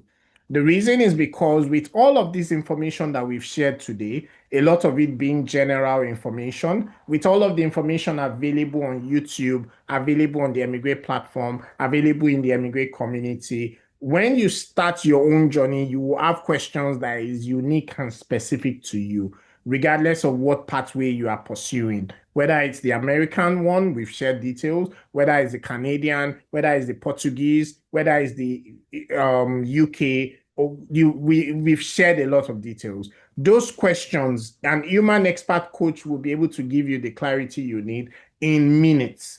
And that's what we offer to you free of charge on the eMigr8 platform, because you've been on this platform till this time and you've spent some time with us at this point. But you have to take an action for you to be able to redeem this extra free clarity session. The action you need to take is you need to go to any of the eMigr8 community. There are 6 of them. My colleague will drop them in the chat. In YouTube, on Facebook, on LinkedIn, on WhatsApp, on Telegram, 6 of them. Say that you were part of this eMigr8 Open Day today and that you've been told that you won a prize. It's now being automated. What that means is that the eMigr8 AI will be able to log into your account an extra free clarity session, which you can use at any time within the next 3 months. Within the next 3 months, as you continue in your journey, as you continue to build your roadmap, as you continue to understand what the requirements are and what you are doing for yourself, when you do have a question, you are able to book a one-to-one session and you're able to get the answer to that question as quickly as possible. But please take that action. Let them know in the community to say you've won this clarity session, and then the AI will add into your profile the extra clarity session that you can use as you need it at that point in time. Ensure you do that immediately. If you are watching the replay video or you are listening to the replay audio, the instruction is the same. Just go to the community as long as this is open for, and you'll be able to have that added to your profile once you let them know in the community. Please understand that we're only able to do one of these offer per person in the eMigr8 community. So please don't say to us that you've attended 10 open day sessions, meaning you have 10 free one-to-one sessions. We are not able to afford to do that at the moment, although we are working on bringing many more coaches on the platform so that we can offer many more things available for free. You can chat with the AI, you can use the resources, you can use the checklist, you can do all of that, and then you get this additional support because you need it. Yeah, Shay, I wanted us to go to financials, but let's just take some of the questions that we already have in the chat before we go to finance. And I don't want to take you over too much of the time. So a question is, how can we draft our CV? I would appreciate if you have a clue to share on how to tailor our CV. Do you want to give some insight into how the CV should look and so on, or some of the, I know you gave some tips already in terms of the CV, and we do have a CV platform on the eMigr8 platform that can help you, but actually, do you want to share some more details? For me, I don't think it should be that complicated. The reason why I'm saying so is I see a lot of CV regarding to you adding pictures and few extra points and the rest. I think it's readily available these days. with European pass, and I've even seen a couple of TikTok videos and YouTube video that tells you how the template should be regarding to ATS. So your CV should try as much as possible, except the recruiter really requests that you should send the CV with your picture in it. I would advise not to bother yourself adding your picture in it, because at that point, you find yourself converting your CV, which many people do, to images. And ATS sometimes will just fail your CV. You have your name at the top, you have your specific title, which I would advise, let your CV be tailored specifically for that job, if you can. And if you can't, and you are lazy as I am, you can leverage AI to help you based on job description, tailor CV for you based on your previous templates. The AI can actually do that. You have the title fitting the role which you're applying to. You can add your LinkedIn. There are lots of recruiters these days that are clicking on LinkedIn, checking GitHub, not because they really want to know much there, but they just want to see activities on GitHub, because most of their course and training now, recruiters are being trained on how to check technically fit candidates. So they click on your GitHub to see, oh, does it commit? What type of project does it have on his GitHub? Is the project live? Because they can run your project locally. And currently now there are lots of free service, example, Vercel allow you that. Let me say, if it's backend, there's this service, is a render, that allow you to host PHP, Node.js, Python, literally for free for some time. And if it's database, new is there. You can have Postgres there, MongoDB, free. You can even use it to build your startup without paying any time. So you have your LinkedIn, your GitHub, your phone number. If you can, add your location, especially if the job actually requires location, it will go a long way having location for some job. Then you can talk about a summary of your professional experience. Some recruiter only spend maximum 30 seconds on your CV. Once they open it, they just skim through your name, does the role fit, and they just redo your summary. Is 8 years experience in fintech and this, and he has built this over the years and this with this. Does it fit the role? They might not even have time to look through all the other things you like. But let me say that the recruiters still have much more time to go through the remaining thing. Then I will advise your professional experience come first. That is if you are more into tech. In my own case, I've not seen any job to this point that requested for my certificates. So my certificate that I have is down. Like that is the last thing on my CV. My professional experience comes first, which I list the role I did, the place in which I work, at the other side, the duration in which I work. Then I tell them what I did and how it improved performance in that organization. Example, I implemented a load balancer that helped to stabilize the system and help improve the performance by 50% and this. I know you might be like, wow, see, it goes, see, there are some technical recruiter people that just love English. Don't go and be writing all those technical stuff. They don't understand. Write it, let them know what you did in the company, how it affects in terms of performance. I know that you work on authentication in your system. That authentication that you did goes a long way in which you can write that it protects against fraud on the system by 100%. Just make sure you're able to express yourself there. Those are the things that recruiters, my sister doesn't. I'm using my sister as an example. She's a technical recruiter. She gets a lot of people. She doesn't, even though she has a little experience in React, sometimes you get, once it's outside of React or front end and back end, she's lost. She just wants to see English and the rest like that. And that's how recruiters behave. The role. Some people, I see a CV that the person's company, the company the person worked as for professional experience is bigger than even the role of the person. I would never advise that on your CV. Your role at that company come first. And the interesting part, if your role is, I see some people putting front end, just because front end is really, let me say you are applying for a React role, you are applying for a Node.js backend role or Python role. You are now writing backend developer. Sometimes there is need for you based on that role to state probably backend Python developer. Number one, it helped the ATS to know what you did at the company and the role you serve in and the kind of technology you use there. And then you can now explain what you did and that is how you go through your professional experience as a whole. Then you can now go to projects, which some recruiter will scroll down and start clicking projects. If you can't add it there, let it be working fine. I see someone building a dashboard, which is very wonderful, telling us about how wonderful the dashboard is, but the recruiter cannot log in. So the recruiter is only stuck on the login. So at the end of the day, you really do not communicate anything. Sometimes when you build a dashboard, there's nothing to steal on the dashboard. Put the password there and the username. Let them be able to log in. Let them be able to click around and do it like that. And if you have a live project, you can add it. They can even become, example, like Visto pilots that I built. They can become one of your users. You never can tell. Now, there are instances in which you worked on projects that are internal due to NDA. There's need for you to be able to communicate yourself in the professional experience. And even your interview, you can communicate to the person that interviewed that this is what I do and the rest. And if they want to go into this, you can always tell them, due to non-disclosure agreements, I can't share this.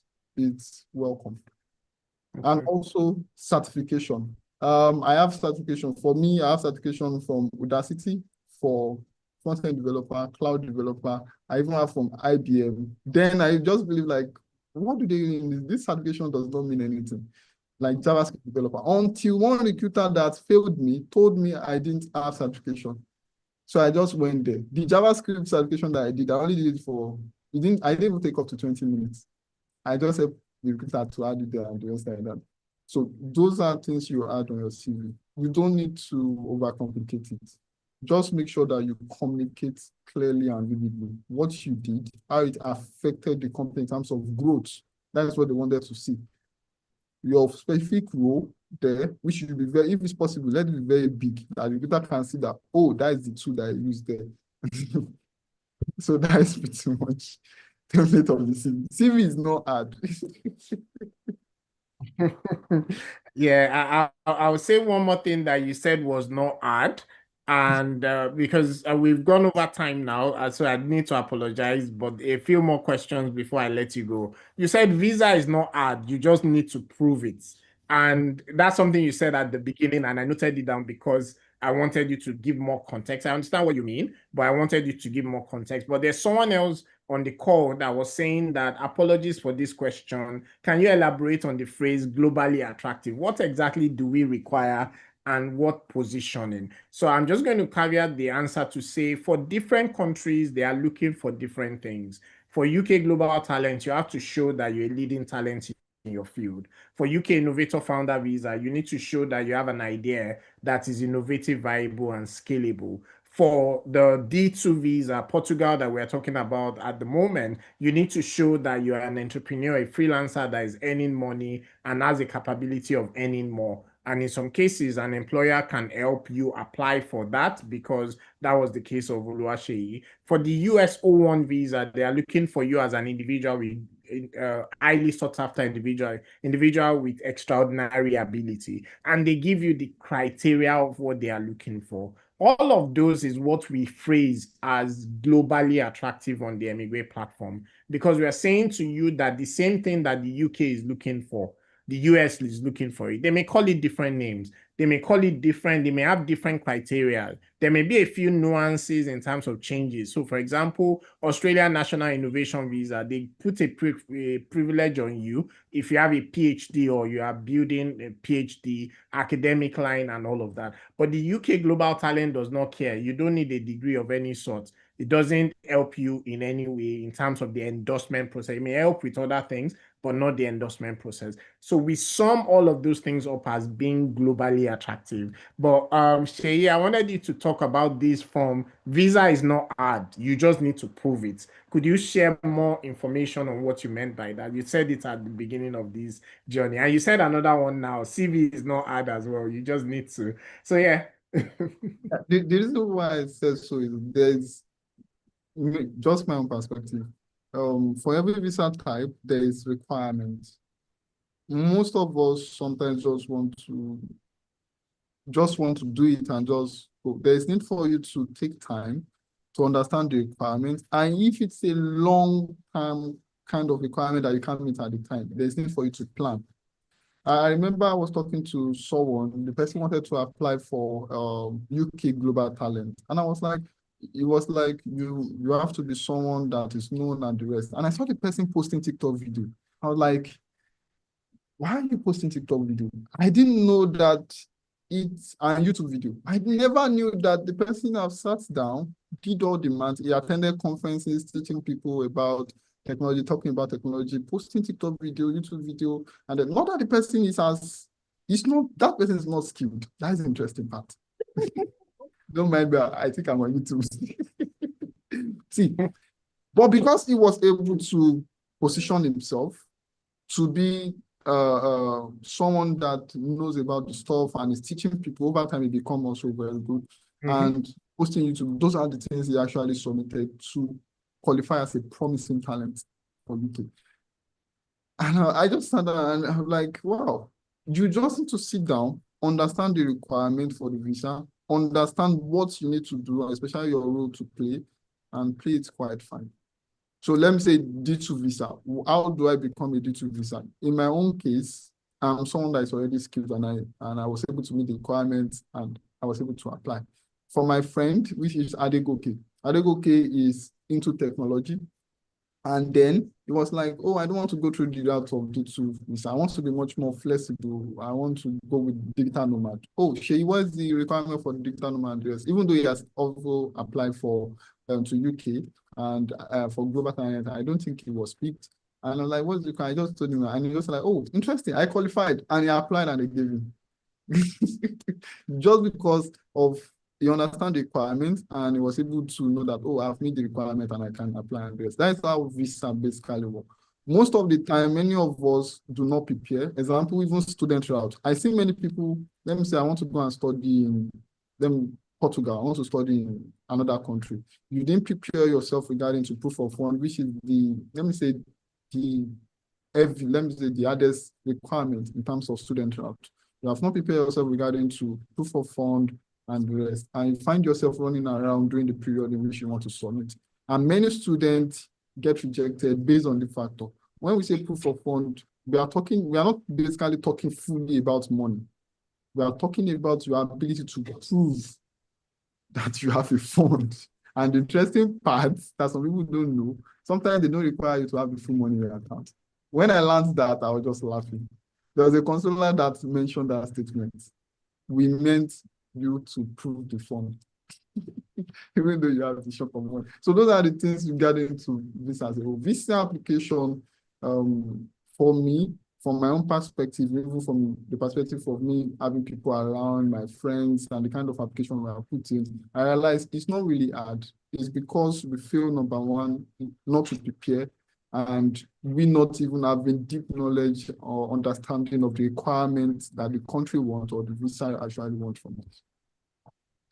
Wow, fantastic. I really need to let you go at this point. And so I'm going to join a bunch of questions together as we let you off at this point. Somebody was asking about wait time, and I believe you had already touched on that before. Watch the replay video. You'll find about wait time. Is there a community in the app? Yes, eMigr8 runs community as part of the platform. The app is how you will get into the free community. So if you download the app, part of the options you will find under sessions are links to the community. So through the community, you can join WhatsApp. WhatsApp is our best community as of today, but we are working really hard to make all the other community as vibrant as well. So join the community. You'll be able to continue the conversation there. Oluwaseyi, at this point, and then somebody was asking about financials. So I'm aware that the company paid most of it for you, so you didn't really have to spend money yourself. But if there are thoughts around financials and all of that, we would like you to share. But let me add that to a bunch of questions. We usually would like you to speak to 5 key audience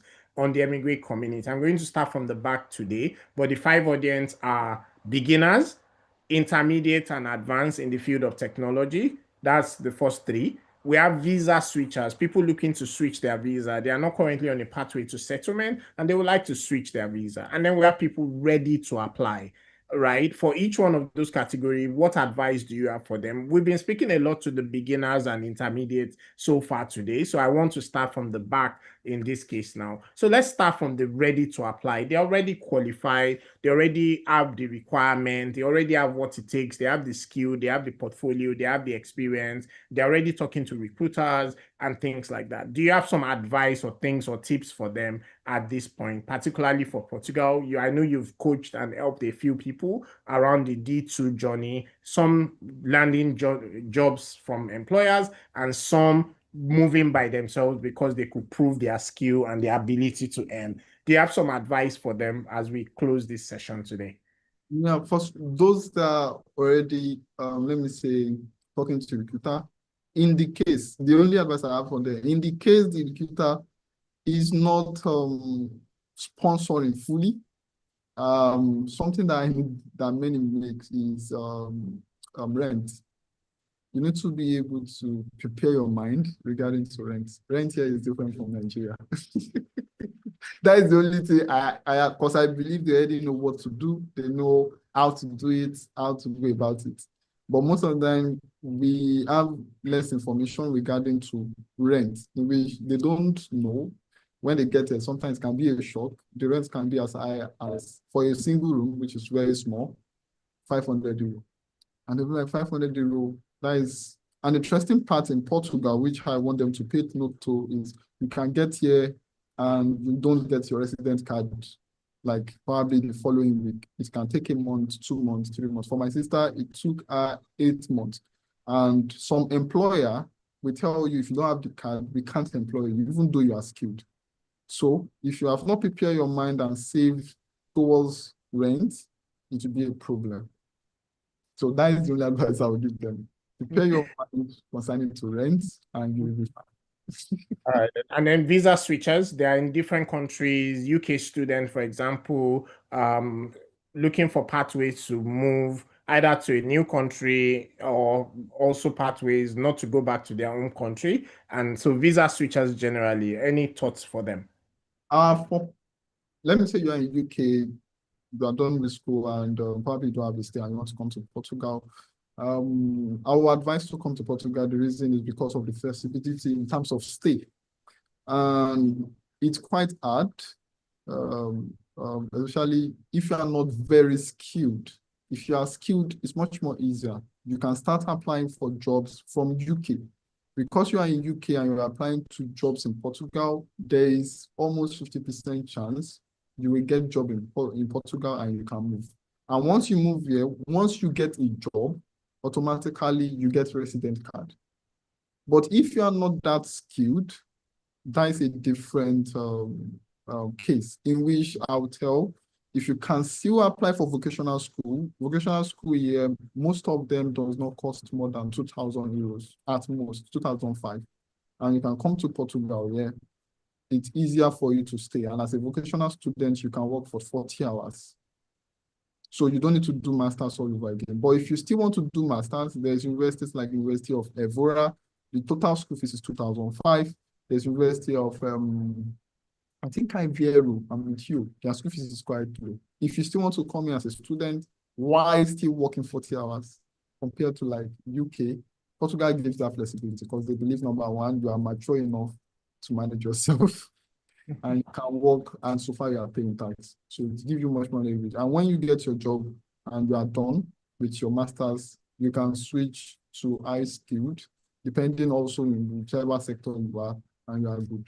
I have people that have done that and they are living quite fine. So fantastic.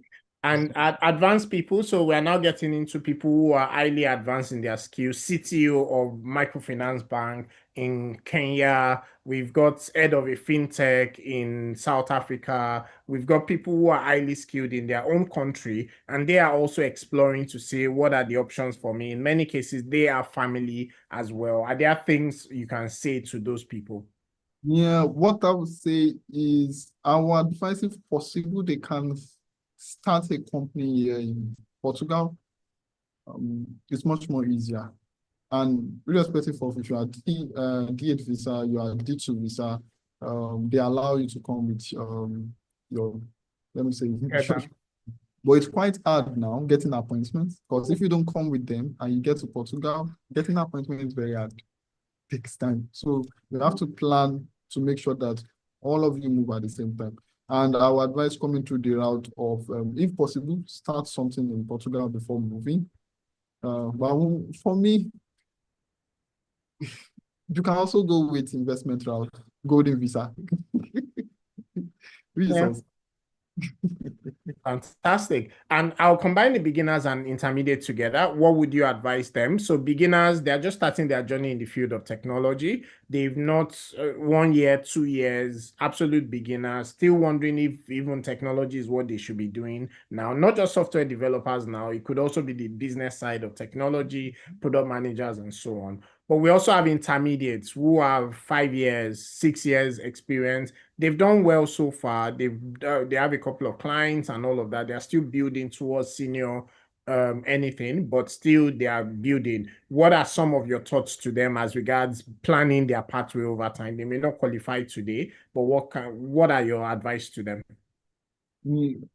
For me, I will start with the one with 6 years. For 6 years, I believe you are qualified, except you believe you are not qualified. For me, starting from 4 years, you are qualified. There are a lot of roles in Portugal which are senior that you will see 6 years, 5 years. So Portugal are actually actively looking for people, especially from 4 years above, for so many of the senior roles. So you are definitely qualified. I need you to, if possible, reach out to recruiters, talk to them. Oh, I saw this on your company page looking for this role. Can I apply for this role? I am willing to sponsor my visa type if giving the job. Because once you are giving job in Portugal, automatically you can apply for the visa. So these are things which I would advise them to do. And for those that have not gotten to that stage, I would say you put in more effort to build so much, to gain more experience. Now we have AI. Build as you can, solve problems, post the problem online. The interesting part, most of the things are actually free. Even with Stripe itself, integrate Stripe, let people pay for the software. Let's know that the software is working to make you gain experience. That is what I would advise. Position you in a way that by the time you begin to get roles, you already have knowledge of how a fully functioning software solution is like, and it places you better.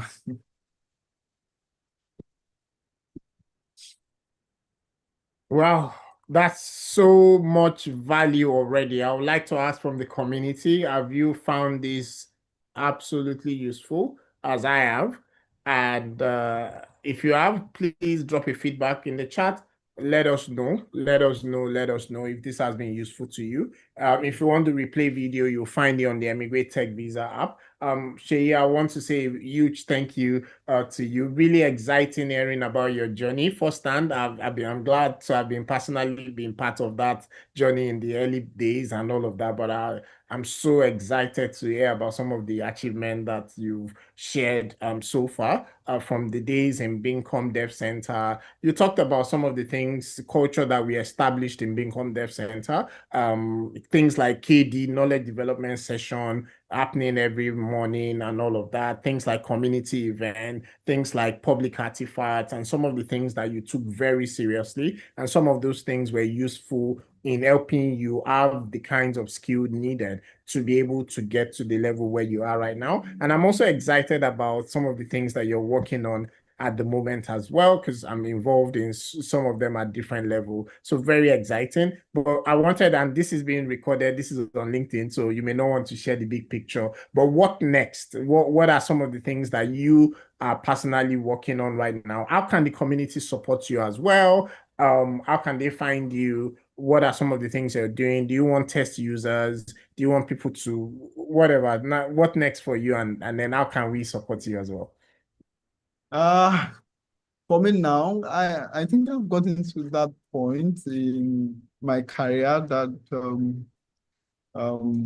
I need to build things that is substantial. The reason why I say so is when I was working my previous work, we were laid off, not because of skill, but the excuse was finance.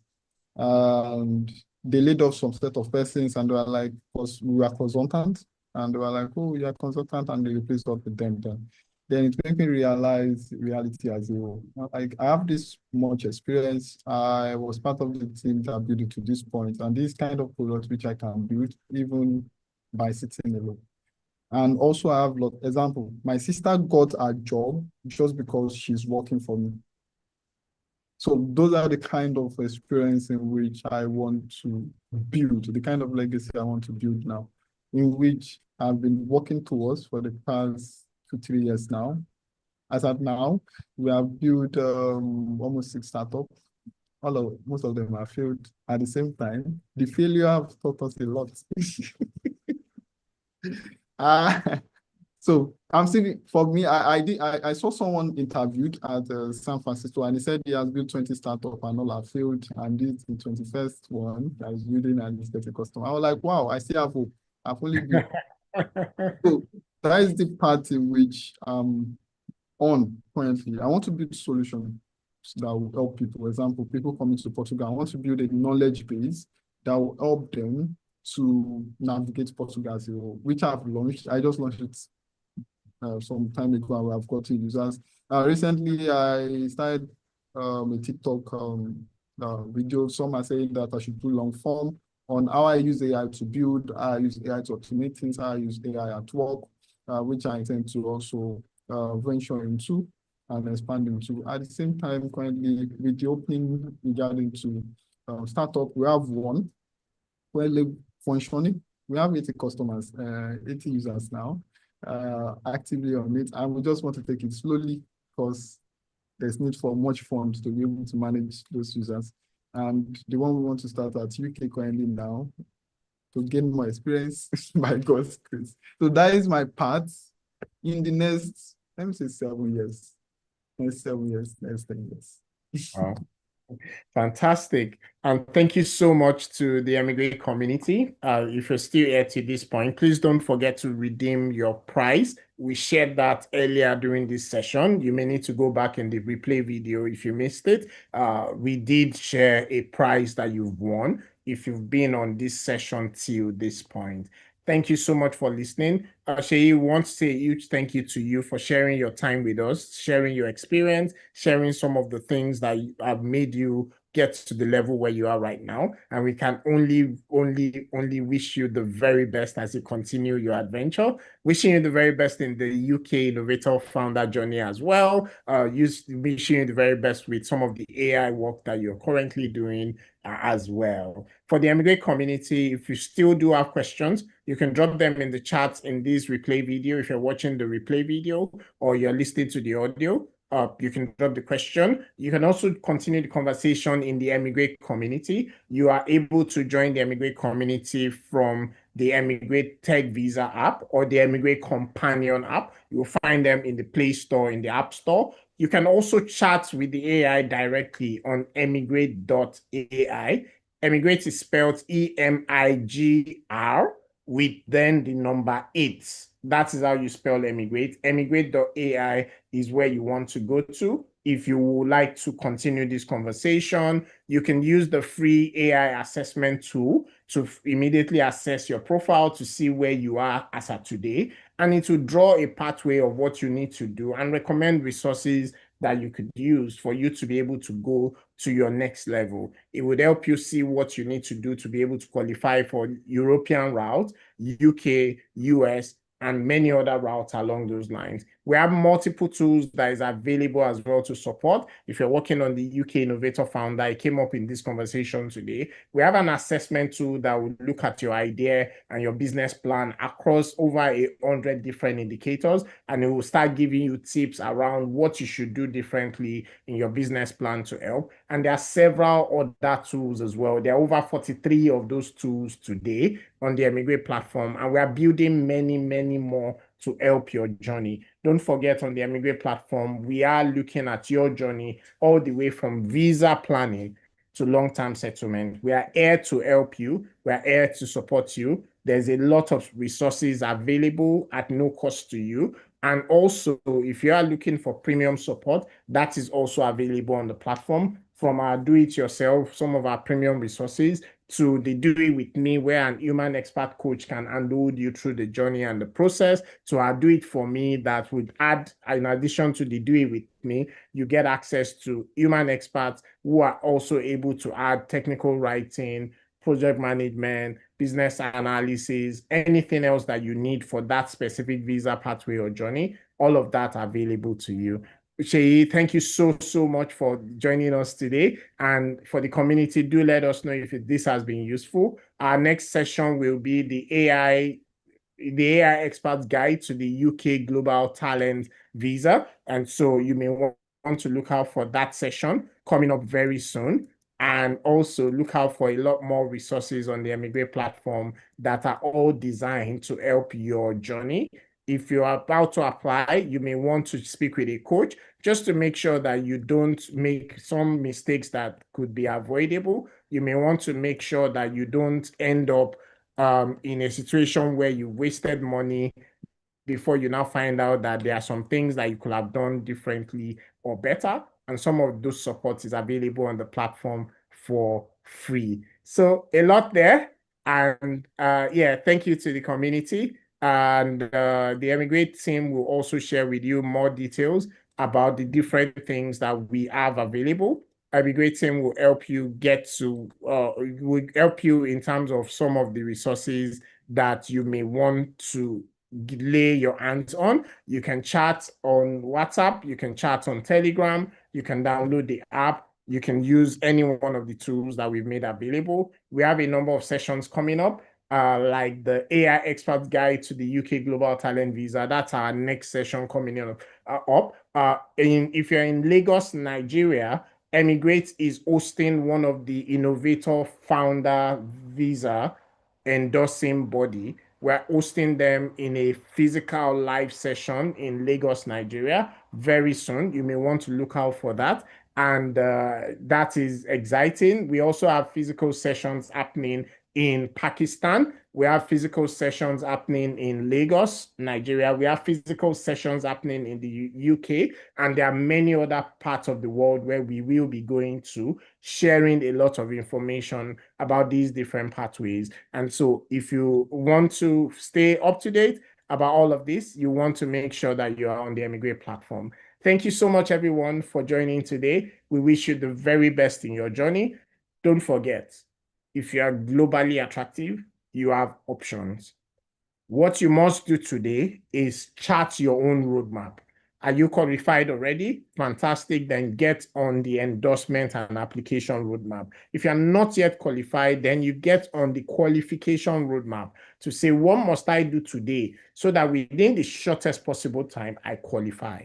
Or if you're qualified already, what must I do today so that I'm able to get endorsed and apply successfully for this visa pathway? And if you've been endorsed, you may want to look at what must I do today so that I can integrate and settle successfully on these different pathways. All of this is supported on the eMigr8 platform because we are your companion, your global talent mobility companion. Thank you so much for listening today. Thank you for being here with us, and we wish you the very best in your journey. And to our coach today, thank you so much as well. We appreciate you.